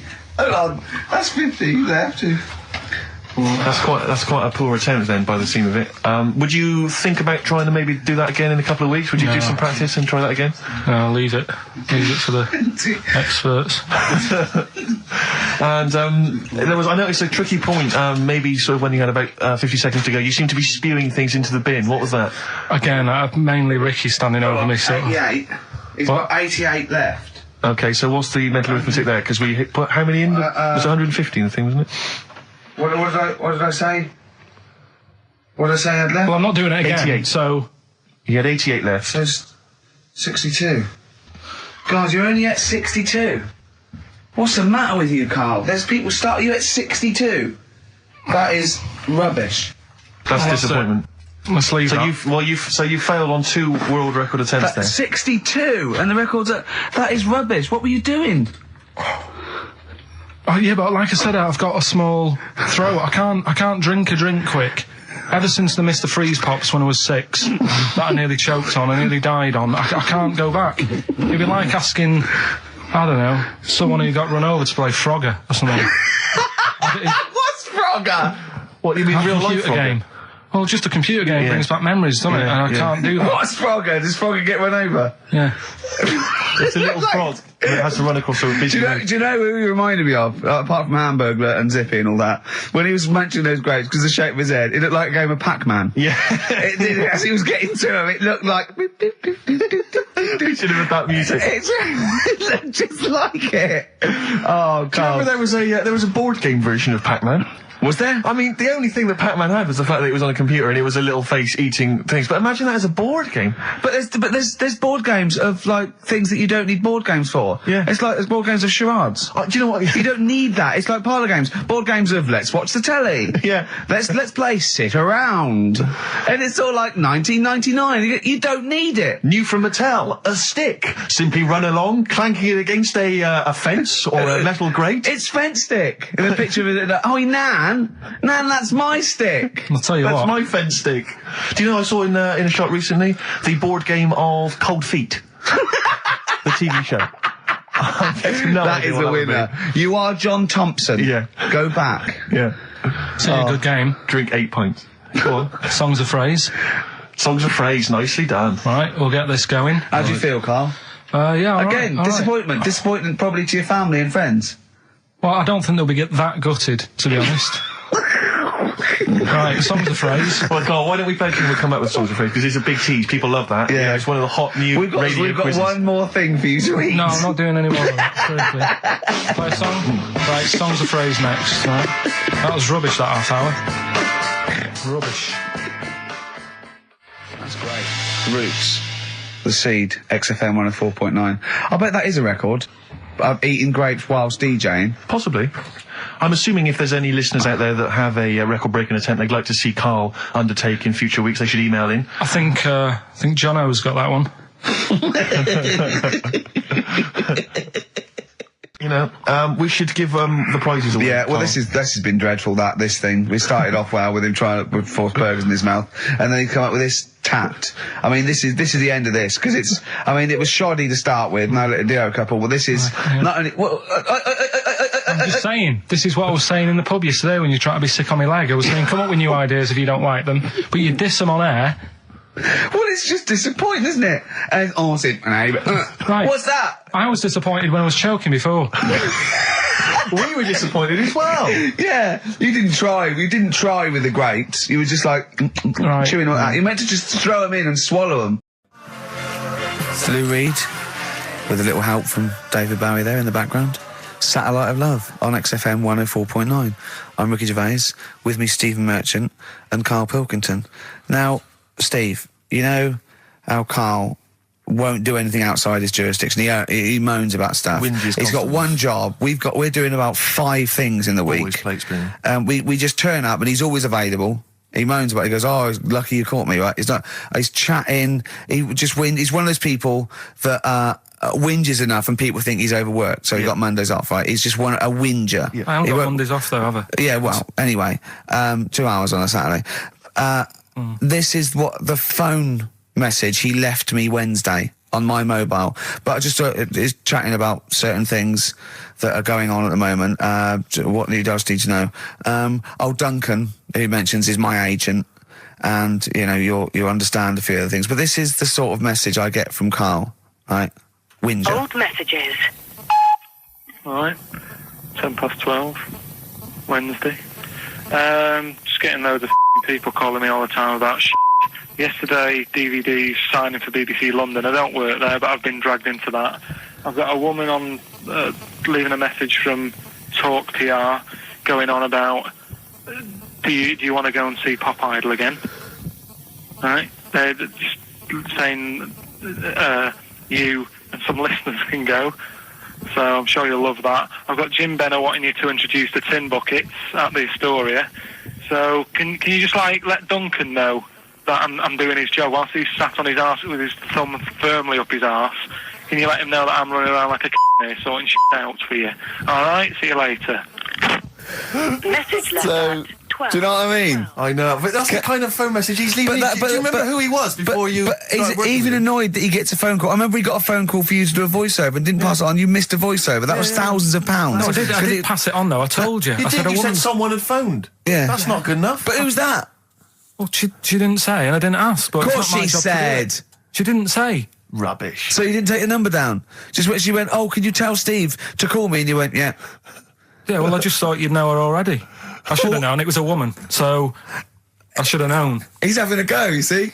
Unbelievable. I don't know how it's come back on me. You're the one who was picking on it. Yeah, exactly. I'm saying. I'm defending. Why is he having a go at you? He never picks on Ricky because he knows you are his bread and butter. Seriously, do you know what I mean? The only reason he's got Mondays off is because you're still doing this show. Yeah. That's why he's scared of you. That's why he has a go at you on the phone, but he always picks on me because he knows, I'm a pushover, I'm a nice guy. He's scared of you. I can't believe I don't know how it works. Is that true? Steve, I'm always sorting you out. I look after you. Sorted you out with tickets. I sorted you out with lager out. I got you today. Why are you picking on me? What do you mean you're sorting out tickets and lager? What's this? Right, whenever you want tickets. Yeah, sorry, I don't want to use this as moaning time and that because I don't like to moan. I'm busy and that, right? I've sorted you out tickets for gigs. Yeah. Right? What somebody doesn't even turn up to. Yeah, we won't even go on about that, right? Lager. He got sorting out the Cure, he complained it was boring. Yeah. There was that big drum of lager that you had, and you said, "Oh, put that in your room for me, because I don't want to carry it home." Right? Lazy. So I said, "All right, then I'll put it in my room." It goes missing, it gets nicked. Then you have a go at me because it got nicked. Yeah. I get you another one. You make me carry it around town for you for half an hour. Then you say, "Oh, I can't be bothered taking it home. Can you take it back to work for me?" Yeah. But interestingly, this is like a year ago, so it's obviously still pressing on you. Oh, hang on, and I forgot the one when we had an argument over 50p. When I went out for a coffee. You didn't want to give me 50p back that you owed me. That was the same day you'd given him about 40 quid worth of lager. But see, this is my problem. This was my point at the time. It's not the 50p in terms of money is not what's important. The fact that you think you don't have to give me money back because it's only 50p, that was the point at stake. It's me who makes the decision. Oh, don't worry about the 50p, not you. It's only 50p. I'm not going to give it to you. Do you know what I mean? There's got to be rules, otherwise it's chaos, Karl. Come on, mate. All right. Don't want to fall out about No, it. it's not all right. Should we kiss and make up? Do you want that? Do you No, want to do it's that? all right. Yeah. Well, should we play a little record and come back to this? Because I can't believe it started with you slagging him off, Rick, and I've ended up I know. as the monster. I know. Bit of R.E.M. Yeah. Out of Time by Blur. Luckily, we're not out of time. Got another hour and 25 to go. So it's not over yet on XFM 104.9. I'm Ricky Gervais, with me Steve Merchant and Karl Pilkington. We've had quite a lot of emails, as ever, Rick. I should just say, because we're very It's lazy. a much listened to show. We're very lazy people, and we rarely reply or read out the emails. But we do. I never read the emails. Absolutely So never read I them. rely, if I haven't replied to them, or my mail, well, Steve opens my mail and reads my emails. So if I haven't replied, it's just because he hasn't passed it on to me. Yeah. Okay. But I haven't passed it on to you because I know you'll never reply. Sure. You know, I'm just cutting out that. But I just want to say thanks for the emails. We do read some of them, and we do appreciate the fact people send in jokes. I appreciate it. I love it. Yeah, But we've We've had had to do anything towards it. Sure, we had an email from Jack. He just said he missed the last 2 weeks' shows. Has he missed anything? Not really. No, it's the same stuff. Same old I think rubbish. last week Karl was having a go at Chinese people not aging well. He had a go at the gays, and he came up with a ludicrous story about a monkey that was impossible. Yeah, So I exactly. don't think Jack's missed much. Go on. No. We've just had an email from the Pringles people. Oh, right. Good, because it's finally started to happen. I hear these stories about people getting given cars and Armani suits and trips abroad, and we haven't had no, but finally people are starting to, realise what we're doing, our impact on society, and we've got a whole box of Pringles sent to us. Not on those little tubes, the proper tubes, the foot-long tubes. Yeah. So, and well, what have they said? Well, the Pringles guys they want have them said, back. No, they've said they like the show, and if you want more Pringles, give them a call and they'll send you I more want Pringles. more Pringles. Yeah. I bloody love Pringles. Yeah. Pringles are... The thing about Pringles is, they're Moorish, right? Yeah. But how would I put it? You know the sort of thing when I open them, Yeah. and by that when I pop, Right. yeah, I have to eat the. Well, okay, I'm gonna put this. When I pop, I can't stop. What do you mean? I don't... Well, when I pop them open, I can't stop eating them. Right, open. when you pop, you can't stop. Yeah. Yeah. I think that's because of the chemicals. I think that might be the reason. But they're good chemicals. They're good chemicals. They're the best chemicals. Pringle chemicals. They're not bad chemicals. Like Lovely. you're using chemical so warfare. yes, I want some more Pringles. Bob Dylan, It's All Over Now, Baby Blue from 1960 something. Bit of trivia for you, Steve. Go on. That is the last record we ever played on the old XFM before we were fired. I bet that was a moving moment for about 8 people. I just thought of something. You know that thing we did about, they said that we just cared about the money, selling it to America? Yeah. If we cared about money, would we be here now? Do you know what I mean? I know. think this proves that we don't do things for the money. Exactly. Jesus. All right, Carl? Couple of emails. Monkey Matt's emailed us. Who? Monkey Matt. Oh, Matty, yeah, go on. Yeah. He says... How's the Monkster? He's all right. He says, Karl has missed a cracking headline from The Sport. Hide-and-seek champion found dead in cupboard. I hope it's real. I don't know if it is. I doubt it. Feeder. Do you know what? I'm annoyed at now, right? We've got another ad break coming up. How many ad breaks have we had in this show?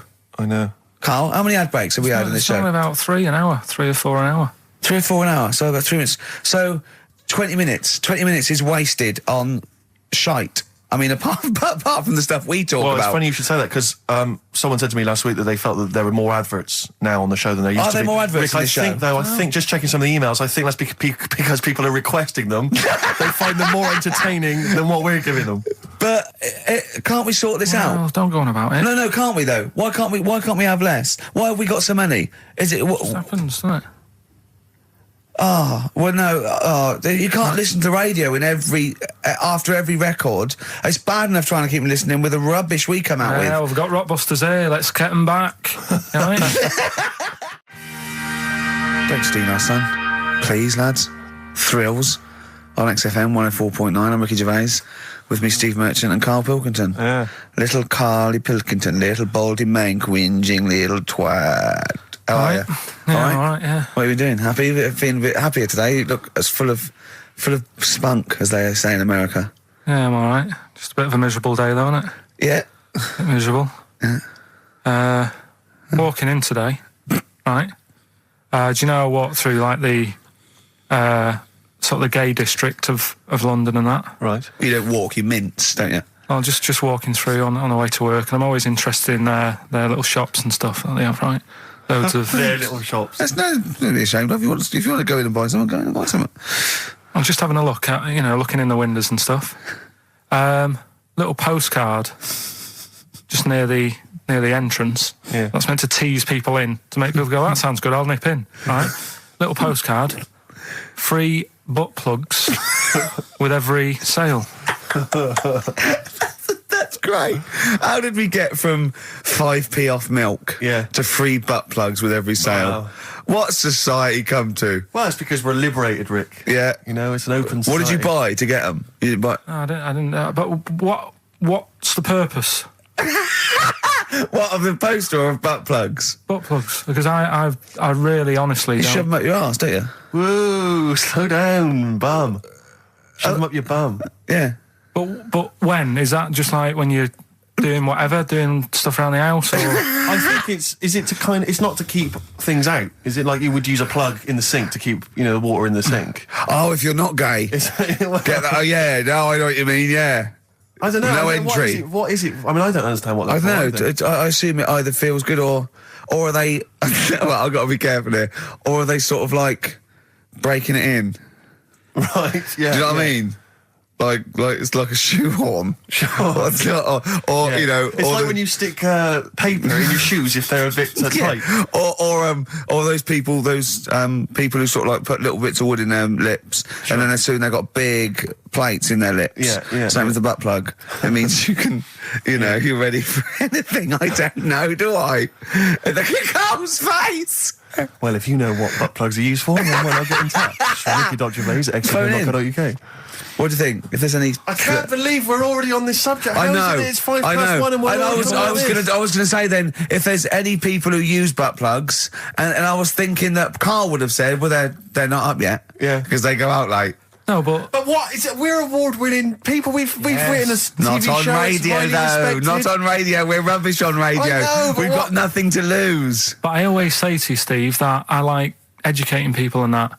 Now, the way I see it is I didn't know what they were. Let's phone to go. Someone might know about butt plugs. All right, we'll get No, get them on. Get them on. Ask them. No, because they might say something dodgy. Oh! Yeah, whereas, what have we just been doing? Just take a chance. Take a chance and tell them not to swear. Well, you tell them. Okay. Right, Steve, I haven't got my headphones on. Hello, who's that? Hold on. Who, sorry? Nicholas. Nicholas, hello, mate. You're not going to swear, are you? No, I'm not going to swear. Keep it clean. Yeah. Keep them keen. What were you calling about? I'm phoning about your plugs. About, not my plugs, but sure, plugs in general. What, do you know much about them? No, Are you a plug user yourself? No, I'm just thinking if maybe you've got some gay friends and you're spending the night at their place, you might want to use one. Right. What, you mean experiment with them, or...? No, so you can make sure they're not going to do anything while you're asleep. Could I suggest, just lock the door? I mean, that is easier to me. Can I make a bigger suggestion? That's probably the most homophobic thing we've had said on the show today. Thanks very much for your call. Right, okay, good. Well, that's why we shouldn't put people on the line. Just, without checking first. I think Karl's made a good point. That's the calibre of listener we've got. Karl, come on, what's the matter with you? Oh, Thorns. that's all. No blue sky. Beautiful, isn't it? And that great track. It's all right, yeah. Just had an email, yeah. That woman who opened the Office script could have her head cut off. Apparently. When a letter is posted, it becomes the property of the Queen until it reaches the person it was meant for. By opening it, she's committed treason and could be killed. I don't know if you're familiar with this story, Karl, are you? Go on. Apparently, some copies of the Office Christmas specials, scripts, got sent to the wrong address. Some woman. And, I don't know what you do in that situation. Normally, if I get mail that's not addressed to me, I just give it to the postman or put it back in the postbox. Radio 1 tried to speak to her, but apparently she's got a gagging order, which makes us think that she sold it to the Sunday. So we'll read it. We'll read the plot of The Office tomorrow in the Sunday papers, which ruin it for some people. Ruin it for a lot of people, yeah. But the other thing is, I mean, if it was sent to her, obviously her name wasn't on it. Oh. If that's true, in which case, I think that's quite a serious offence, isn't it? I would hope so. I mean, I would hope that, if I sent something in an envelope, it was... But the BBC, the BBC thinks that because the person they said it was meant to be sent to got his, he thinks maybe that's an excuse. Maybe someone gave her the script and said, don't say it came from me. Yeah. So, I don't know, maybe she's protected someone, I don't know. Yeah, well, I mean, if that is well, the case. either way, don't sell it to a newspaper. Well, yeah. It's just the kind of mercenary nature of it that I loathe, you know? It's the fact that it's only just now makes me wonder if she had it there lying around in her house and someone said to her, well, why don't you go to the papers? Yeah. Try and flog it. But I just don't think she's going to get a lot for it, because people are going to see it soon. It's not like it's the Hitler Diaries. Well, they're not very well written. But, I mean, I don't know. I tell you what I'm frustrated by, it's just the fact that it's like we've worked hard to give people some kind of pleasure for this Christmas, you know, because a lot of people are very depressed, Rick, very low at this time of year. They've not got what they wanted. But we're trying to cheer them up, give them a bit of happiness. Yeah, but I think she'll be happy if she gets a lot of money. True. I don't know. I think it's just tacky, really. It's like, well, I just say, if you're a fan of the show and you don't want to know what happens, then don't read the Sundays Tomorrow, or at least avoid it when it says we tell you what happens. But the papers might not ruin it. The papers might go, we've got them, but we're not going to ruin it for people. Well, That'd be a nice gesture. Ideal. But I don't know. All I can say is it's a good job that I send out the prizes. Because that Michael Palin around the world in 80 days will be going to the person who won it. Yeah. And if someone else receives it, they better not try and, do you know what I mean, keep it. It should go to the winner. Yeah, exactly. That is a very good point. So, be warned. Don't open things that weren't addressed to you. Yeah. I did Pandora's that time, box. There's some sort of lesson there. Yeah. What happened? All the evils of the world, wasn't it? Pretty much. What? Yeah. Oh, don't try and explain brilliant. it to Carl. No, Pandora's box. Go on. Well, told not to open it, opened it, released all the evils that are in the world now. But did the person say if you open it, loads of evil will come out? It's not true. It's not true. It didn't really happen. It's not like evolution. It's not the truth. But you remember that? Yeah, you won't listen to some of my stuff. About goldfish and stuff. No, it's not that we don't listen to it. It's that you would pass off how all the evils in the world got here. Because on Anna Nova it would be, Pandora opens box. Outcast. Hey Ya on XFM 104.9. I'm Ricky Gervais. With me, Steve Merchant. And over there, Karl Pilkington. Now we've got a new feature. Well, I don't know if it should become a feature every week, Rick. I'm not sure it's got legs for that. No. But maybe in the absence of Rockbusters. Basically, I was looking through the pigeonhole, and we got a lot of stuff sent to us, a lot of junk, you know, stuff we don't really want. And a lot of people, for some reason, they send us... Begging letters, a lot of that. We get sent a lot of CDs by people, bands, artists, who have not yet been signed. Maybe they've knocked something together in their bedroom, they got a band... And they just, for some reason, they want our feedback. They want us to sort of give them some thoughts on what they think, where they're going wrong, stuff like that. And I just thought, I was having a clear out, and I thought, why not just give them a little chance, you know? Yeah. Just throw them a bone, Rick. Honest critique? Honest critique of some of the artists that sent us stuff. Okay, go on These are then. bands that have not been, they've not got a record contract. This is exciting. Okay, name the 3 bands Well, first. I'll tell you, no, we'll go through them individually, and I'll hear a little snatch, and then I'll get your opinions, both from you, Rick. I know you've been in the music business, you've got a good general knowledge of music, you've got good taste. Big time, and big also time. Karl Pilkington's views as well. Yeah. We know what to think of them. So this first band is called Kellerton Road. I'm sure they're very excited. As I said their name then, they probably can't believe it. They're phoning each other now. They're getting so excited. All friends are phoning them now. Yeah, Turn your exactly. phone off. They They can't people in believe this that. band. You don't want to... Yeah. Well, okay, then Kellerton Road. Kellerton Road. Play a track from them. So that's Kellerton Road. I think that's a track called Secretly. And looking on the back here, there's 6 of them in the band. They all pretty much look the same. They've got the long hair, the usual sort of look. What do you make of them, Rick? All right. Yeah? Quite like Yeah, that? good, yeah. I mean, bit generic. The chorus is a little bit simplistic, but I like good production, good Yeah. good Reminds you of musicianship. something maybe like the Thrills, that sort of thing. Yeah. I mean, yeah, good. Jukebox or junk box? What's a junk box? It's just, I'm just trying to make it sound snappy. Jukebox or junk box? Don't, because you haven't got it. Don't ever stick to what you're good at. Okay. What, being sexy? Just sort of watching Doctor Who and stuff. You like that, don't you? Yeah, I love it. Okay, then right. What's the next one? So, well, let's just ask Karl Pilkington's opinion. Karl, what were your thoughts? Yeah, it's all right. Yeah? That's it, is it? Yep. Is that why you're no longer right for the enemy? Go on. So what's this next one you've got for us then, Karl? Toffee. Toffee? It's called Born Depressed. Oh dear. Brilliant. Is it about you? There we go, I Toffee. quite like that. Yeah? I sort of bit glammy, bit underground. Yeah. What do you make of the name, Toffee? I don't like the name. It's not great, is it? No, but I quite like that track. Quite like the track. I'm If just that's looking at the representative. CD, they've made it themselves, and basically the band feature on there completely nude. Oh. What do you? Well, we know what we think of that. What do you think of that, Carl? I'm happy with that. Let's have a look, though. Have a look there. That's no point, is it? There's quite a lot of blokes and there's one naked lady. Oh, just having a look, though. Just Yeah. What are you looking at the blokes? What are you looking at? Why are you looking at the blokes? let's Knob. just having a look. But you're looking at their knob. I can see by the way your eyes are I'm looking. looking at the woman's knob, though. Well, she won't be happy with that. No, that's a bloke, Carl. Yeah, that's where you've been going wrong. Yeah, that's the woman. Yeah, Yeah. that's what I was looking at. That one, the woman's knob. So that's all right. Yeah. Good. So Rick, hit parade or shit parade? I don't know if it's going to be. I don't think it's going to be a hit yet because I haven't got backup. But I think we're looking more about whether they get A record deal. Do you think they deserve one? Yeah, I like. Thumbs up for both of them. Okay, excellent. Well done. All right, well done. And Carl, play the last one then. What did you make of it? Sorry, we didn't ask your opinion. We weren't interested. Nice to see him on CD UK. Just like that on the CD cover. Okay. And this last act, I think, is this right? Picture Centre? Yeah. Picture Centre. Picture Centre. My favourite. You like that? Yeah, that's my favourite out of all of them. Good. There's a bit of Amy Mann in there. A little bit Cocteau Twins. Yeah. No, really good. I really like. Really good. Really intriguing. That. Karl Yeah. Pilkington? Yeah, it's all right. If you didn't like it, what would you say? It's weird though, isn't it? Music. No, do you know what I mean? It's like it depends what you're doing. Do you know what I mean? That's all right if you're just having a game of crib or whatever. It's just on in the background. That's the thing with music. I don't think you can sort of slag any of it off. It's times, and it's depends what mood you're in and stuff. Yeah. So this is a pointless pointless. feature. It's a pointless Points feature. for you. We'll do it well, I again didn't come up with it. No, I don't. All right, don't slag it off. then. Okay, we'll do that again then. I was quite enjoying that, but okay. No, do you understand what I'm saying? Well, That it's not worth having an opinion about music. Well, I'm not that bothered.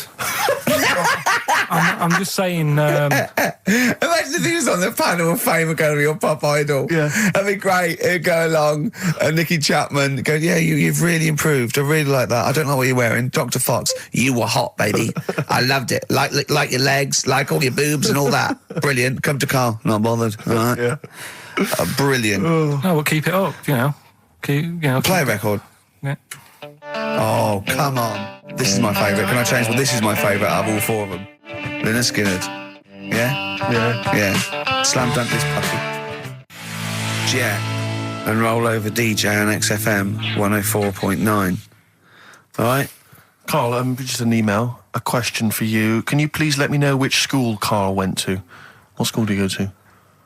Cessav. What? Cessav. Cessav? Yeah. What does that mean?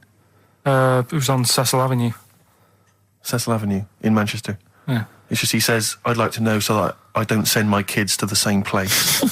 He also says, he says, P.S., does Carl look like Gollum in Lord of the Rings? Yes. He does, doesn't he? Yeah, that's very good. Yeah, in fact, I was just putting a little bald wig on you, wasn't I? Like he needs one. Yeah. So, if It's you just want some to of the fun and games we have when the songs are on. Yeah, did it hurt? Just a little bit. The bit that worried me is when you said, let me just staple it. Yeah, well, I was trying to get it under your chin because it looked funnier. And he was scared. Oh. Can I just give you a little fact here? Someone's emailed in for you, Carl. They've sent an interesting fact for you. I think you're going to be interested in this. Don't read it on the email. Let me read it for you. I think you'll be excited. An interesting fact from Carl. That's from Toby. He says, Attila the Hun punished some fella who annoyed him by cutting off his arms and legs. You'll love this. And stitching his arms back where his legs should be. And vice versa. Look at his face. Look at the little smile that's just cracked on his lips. That is the kind of fact you've been waiting for all day, isn't it? So go on, again, so... Attila the Hun, right? Some guy didn't like. He cut off his arms and his legs, and he stitched his legs on where his arms should be, and his arms where his legs should be. Look at him looking at his body, trying to picture it. Yeah. I'll let it sink in for a little while, then I'll ruin it for him. Carl, what are you thinking? I'm just picturing it. Right, he would have died. It would have been tokenistic. There's no way that person could have lived through it. So it was just for Attila the Hun's fun. He probably put him on a stick outside his gate or something. There's no way in those days that he could have gone through complete limb amputation and So would he have wore a jumper for pants? Who's the winner of the competition? From Walthamstow, it's Joe Ogden. Well done, Joe. You got the correct answer, which was what? The Fella with two heads, that number 50. number 50. Is that it? Are we off? Yeah, that's it. Yeah, all right. Cheers. More of the same drivel next week. Bye. Bye. Placebo, special needs on XFM 104.9. Email in where Lanzarote is. I don't know if it's Italy or Spain or Europe or maybe Africa. You know, these are the sort of things, these are the reasons I come into it, to at least learn something, innit, Carl? We've stopped educating Ricky, so I've stopped learning, you know, about things like the woman who ate mud all her life. We've had a lot of emails, Carl. I don't want to sort of put a dampener on your Christmas, but a lot of people have been slagging off Lanzarote. One of them just said, well, one of them, I don't know if I can find it. It is Canaria, isn't it? It is one of the Canaries, isn't it? It's a volcanic island covered in volcanic dust. It's very windy, so you have to dig a hole to sit in on the beach, and there's hardly anything to do. That's from Mike Godham, and he says, unless you like quad biking, well, you know, you've seen what happened to... no, don't go quad biking. No, with your little head, there's no protection at all, is there? I don't know what you're thinking, I don't know. At least Rick Mann and Ozzy had lots of hair. Yours would, you'd be like Humpty Dumpty, it would crack like a little egg. And then we'd seen, there's no kings or kings' horses. So, they couldn't do the job anyway. No, we shouldn't really send them, they're not really qualified. Horses not equipped to put back a medical man like Neil Fox in. Yes. To mend but not eggs. some kind of military horse. I bet he's had egg on his face a few times, hasn't he? What, Foxy? Yeah. Well, most of the series are Pop Idol. Right, Carl. Lanzarote, good or bad? Well, you got to give it a go, haven't you? Yeah, well done. Give everywhere a go. Exactly. That's what I was saying. You know, don't just take the word for it. I mean, if it had said an Alanova, Lanzarote shit, he'd have believed it. Sure. You know, if he'd have overheard it in a pub, Yeah. Lanzarote a crap, he'd have believed it. He'd have seen it on a website that was mainly concerned with monkeys and witches, he'd have believed it. Yeah. As it is. Everybody raves about New York, and when I went there, I thought it was rubbish. Well, you're an idiot then, because that is possibly the greatest city in the world, along with London. Subjective, though. That's why they have holiday programmes and that, innit? So you see it and you decide for yourself and that. Yeah, but you saw Venice on a holiday programme, as you put it. You went there and you went, it was rubbish, full of black bin liners. Well, it is. Right.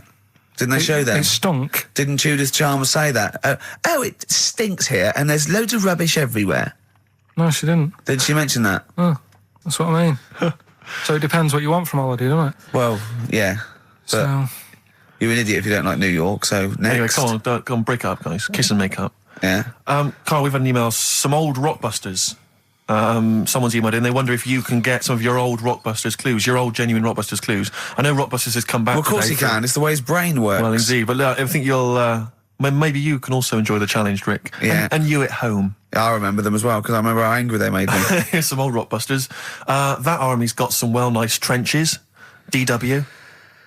That army's got some nice trenches. DW. No. Dandy Warhols.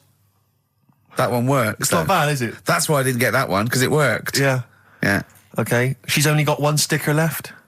It was actually he's only got one sticker left. Oh, okay. He's only got one sticker left. Oh, the band His Last Sticker. Exactly. With Justine Fishman, yeah, His Last Sticker. They were brilliant, weren't they? What happened to His Last Sticker? Are they still going? He'll strap some chocolate to your feet. That's A.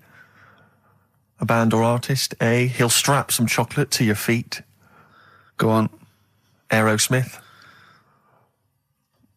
I don't know really what that means, but... And finally, you'll have to... Aero Cobbler. Well, yeah. The well-known Aero Cobbler. And you'll have to stick her in the oven. AB. You'll have to stick her in the oven. See, he thinks blacksmith means, like, just shoes. Like, it's not the smith. It's the smith part. A smith is just a right, isn't it? So it doesn't... I don't know... Aerosmith. What does that mean, Carl? What does that mean? Come on, you'll have to stick her in the oven. AB. Yeah, I know that one. Yeah? Yeah. What is it? But it doesn't work. Apparently it does. You'll have to stick her in the oven. AB. Single or artist? What, Anita Baker? Anita Baker. Why you have to stick her in the oven? Anita Baker. Oh, I need to. But why didn't you say, like, you'll have to get his hair cut and put a nice white chef's hat on? That's Anita Baker. See, that works. That works, Carl. I need to baker doesn't work. It is shite. Okay, well, listen, before you judge, listen to today's Rockbusters. Okay. They're here with us now. Here's Karl Pilkington. He's got back them. just for Christmas. Brilliant. I've only got 2 really because what? I was trying to work one out before, right, in my little room. Yeah. I was looking at different band names, thinking, what can I do? Yeah. Couldn't concentrate because Ricky was in there trying to spray deodorant all over the place. Right? Well, you should have done them yesterday. You should have shut me out. Right. So there's just 2. Brilliant. Well, Okay. I've kind of got an idea for the third one. fine, I'll have a go. Yeah. Right, so anyway, the first one... Should we play a record and come back to this? 'Cause We'll it's do been it quickly, we'll do it quickly. No, play a record. This is then. rubbish. Yeah. Rubbish. Libertines. Useless. Give me the gifts. Let me have a look what prizes you've got. Libertines, Don't Look Back Into the Sun on XFM. Well, the general public are getting involved with Karl's holiday, and, I mean, this has been a damning report on Lanzarote. There's not been a positive word written about Lanzarote so far. Wow. It's volcanic, there's no natural water supply. Apparently there's no natural water supply. It's You all have to sit in a imported. hole. What do you think of this, Karl? What do you think of the people that want you to know that you're going to a rubbish place when you can't change it? What do you think of that? Rubbish though, will it? What do you mean? Be all right. What do you mean it'll be right? Because I'm going to go there thinking, oh, there's no water and that, and there will be water. No, they didn't say there's no water. What did they say then? There's no natural water supply. Whatever. I'm not bothered. Doesn't bother me. All right. I'm going to have a good time and that. What are you going to do? What do you plan to do? Got a book. What book you got? Rich Hall book. I'm just going to read that. Brilliant. And the weather's better than here, isn't it? Yeah. So... Someone emailed just now. They said they're listening online and there's a problem with their computer and everything's sped up. The music's sped up. Our voices, Rick, are sped up. Except Karl's. That's how slow he speaks. So when everything's sped up, he sounds a normal. No Blue Sky, The Thorns. That's beautiful, isn't it? On XFM 104.9. Karl, you're losing your rag a little bit. What's the matter? Nothing, go on. See? What's the matter? No, what's the matter with I've Karl? got something to cheer him up. Someone's emailed in, Emma's emailed in, she said that for those that know, those in the know, they referred to Lanzarote as Lanzagrotte. Brilliant. He's a bit fed up. He's got 2 CDs for Christmas from a company that's he's been with for 6 years. He's a little bit grumpy about having to answer the phones. Letter to Hermione. David Bowie. Well, we've had the most convincing answer that it's about 290,000 actual words, but possibly 3 million in our vocabulary, using all jargon and scientific stuff and all that. Sure. 290,000. Still a lot, isn't it? It is a lot. We know so little, don't we? Apparently the average person has about 20,000 words in their is it? vocabulary Right. and uses maybe 2,000 a week. Really? Yeah. Karl, obviously, slightly bringing that average down. Karl, what do you think of that? Single figures. What's the matter? Get by. Why have you got to use longer words messing about and that? Told you. That word about old. Anti-dipuian or something. Just say old. That's a bit old, isn't it? That's a bit anti-dipuian and that. What's the point? Yeah. Get to the point. Sure. Busy.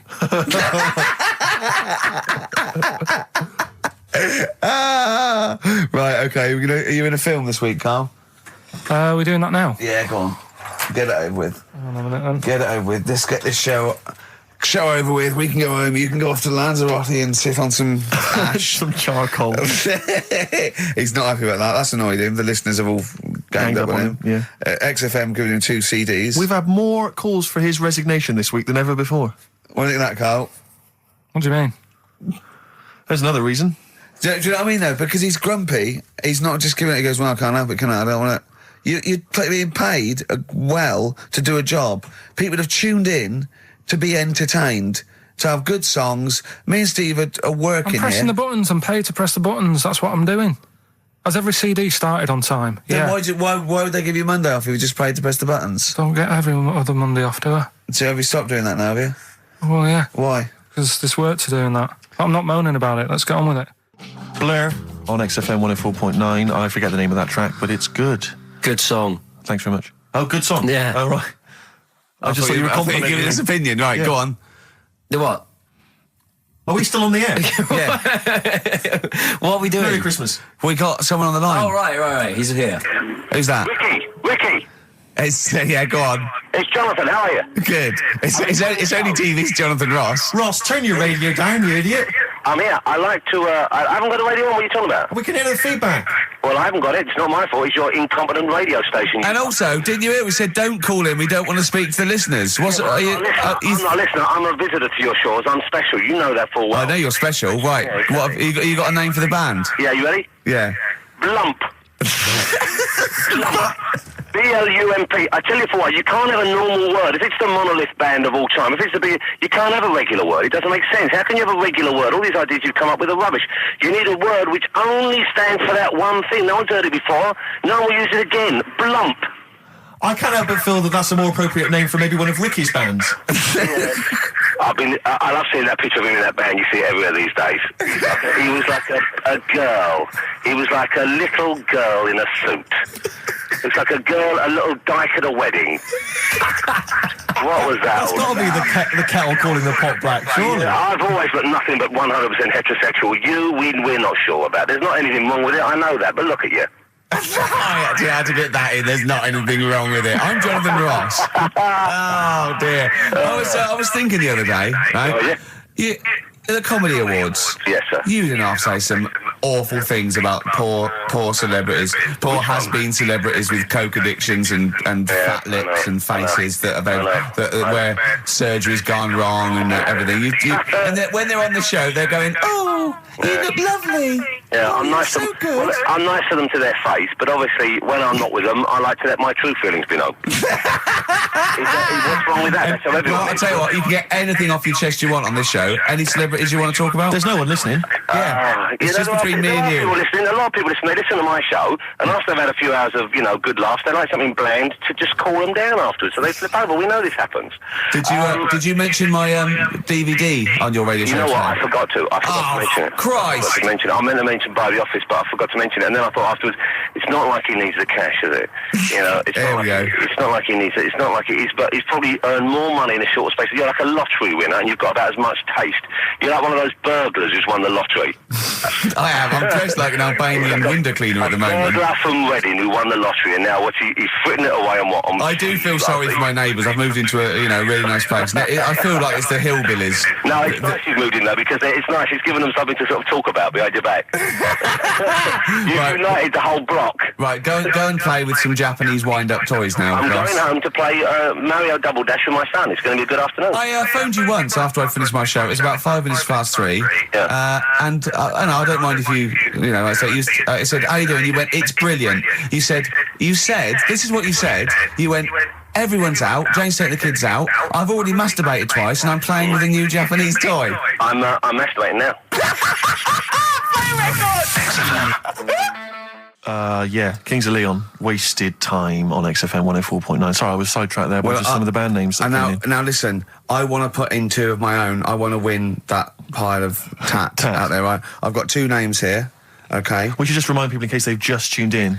Oh yeah, Ian Canfield has chosen his mega band of all time. He's got Keith Moon on drums, he's got Lemmy on bass, he's got Keith Richard on guitar, he's got, who have you got singing?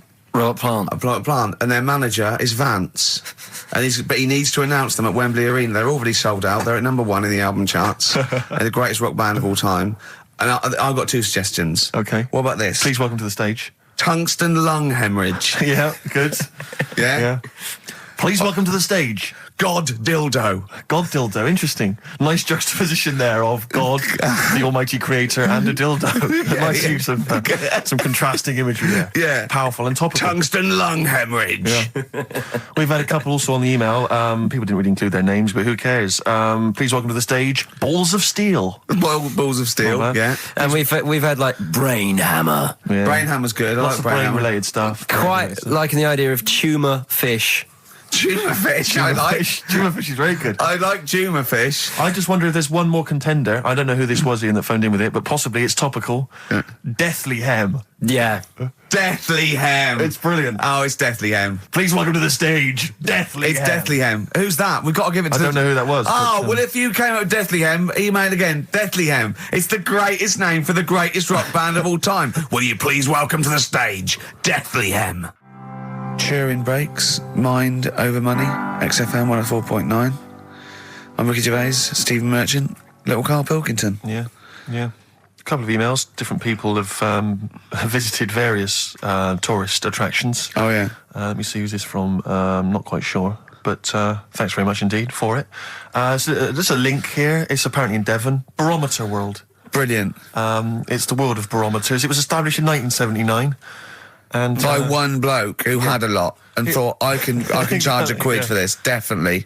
Here's the out of his own house, probably converted back scuttle. Exactly. Yeah, that's not a euphemism for a sexual act. But look at the webpage here, Rick. There's a picture of a beautiful barometer being held by a beautiful lady. Lovely. Who's definitely his daughter. Yes, definitely. Come on, Kathy. Oh, that. Dad, no. Come on. Undo your top a little bit. Dad, definitely made to do that. Yeah. Oh, that slight look of I hope no one I know sees. Just check out Barometer World. Barometer World. Yeah, that's available. If you want to check that out, www.barometerworld.com. That's now, all the barometers. Do they work? They're to do with checking, is it the air pressure? Well, everything. But I think that's what it's based on, isn't it? Sort of low and high pressure, so it's going to rain, it's not going to rain. Yeah. Or going to be windy, but I wonder how accurate they are. I think in the days before satellite sort of weather surveillance systems, probably essential. Yeah. Nowadays. As essential as hanging some seaweed out by the back door? Probably. I think it's probably similar. I think it's the same one as holding a needle and thread over a pregnant woman. If it goes clockwise, it'd be a boy. Yeah. Yeah. The thing about a barometer is how far into the future can it predict? Exactly. How do you know? If it's a case of you may as well stick your head out the window to see if it's raining. Exactly. This barometer goes, oh, it'll be windy and rainy. When? The barometer goes, soonish. Yeah. So I can't say, but it will, well, within the 7 days. I don't want to be specific because you'll have me. Yeah, yeah. I don't. But I mean, I'm just a barometer. I'm not really a weather person. Analyse the information. Yeah, brilliant. What's in there? What's happening in there? What chemicals are being affected? How does it work? I don't know. I assume it's probably something. Wait a minute, let me email Barometer World. What could it be? It could be quite interesting. It could be mercury that's based on a sort of temperature. It goes up with. Oh no, it's not temperature, is it, barometer? It's pressure. So it's probably just very fine. It's like a fine, very, very fine needle, isn't it? This is almost as embarrassing as last time we were on. We couldn't figure out what the name of the leader of China was. Was it the King of China? The Prince of China? Oh, this is when we were trying to imagine what it'd be like if all the Chinese people at once jumped up and down and made a big tidal wave. Tidal wave. But if you do know what the name of the leader of China is, we don't mean the name of the particular person in charge, but if it's a king of China, the emperor of China, the chancellor of China, the prime minister of China, didn't it?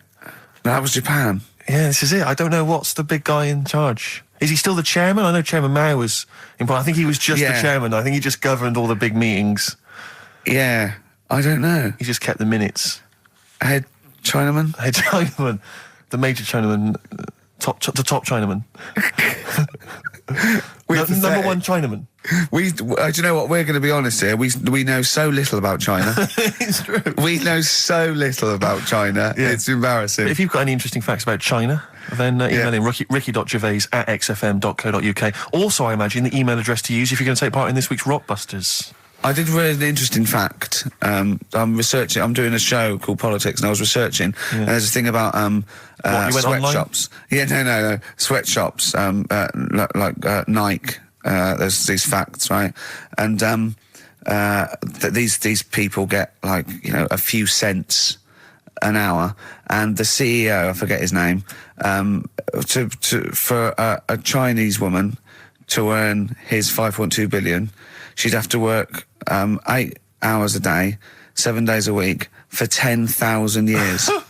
But Steve, they don't. They don't. They obviously don't want to. Exactly. They don't want to. They don't want to. Lazy, Rick.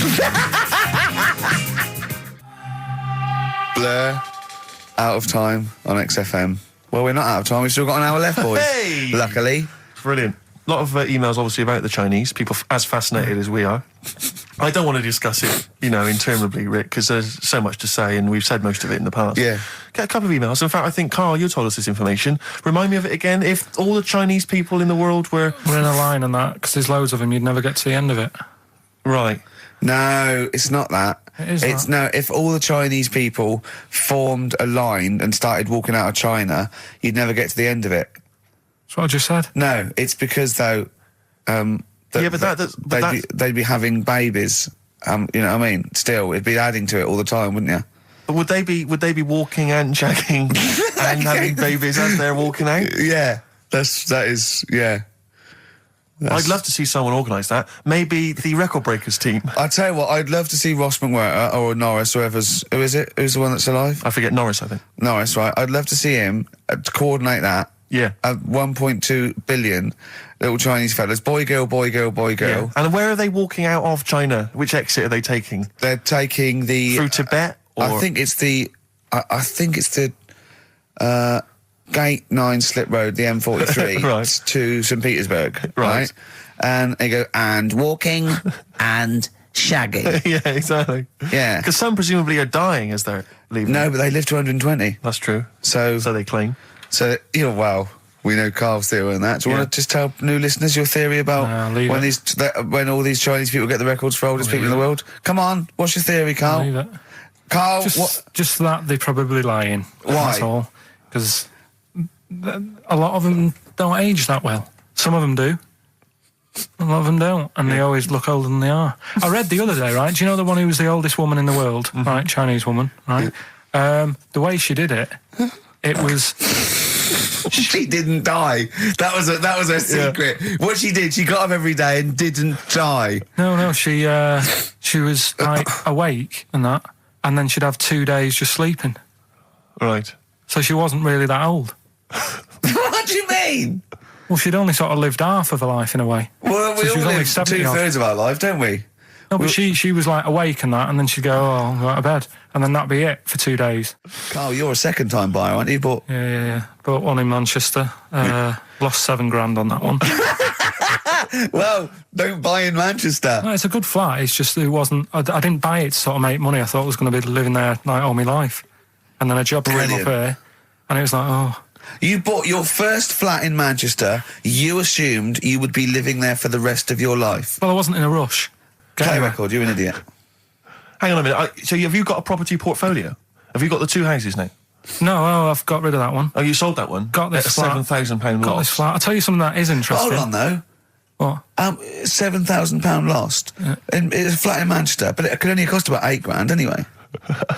Right, Steve, something they do now, right, they've got to do by law when you're buying, right? I was looking at one in London, right? It's haunted. They've got to tell you now.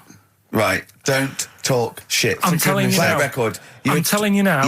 Yeah. There's no such thing as ghosts. That is ridiculous if that appears on a legal document. Right, if there's anyone who sells flats and that, does that for a living. Yeah. Right, email in, because I'm telling you now, that is a fact. She sort of dropped it in.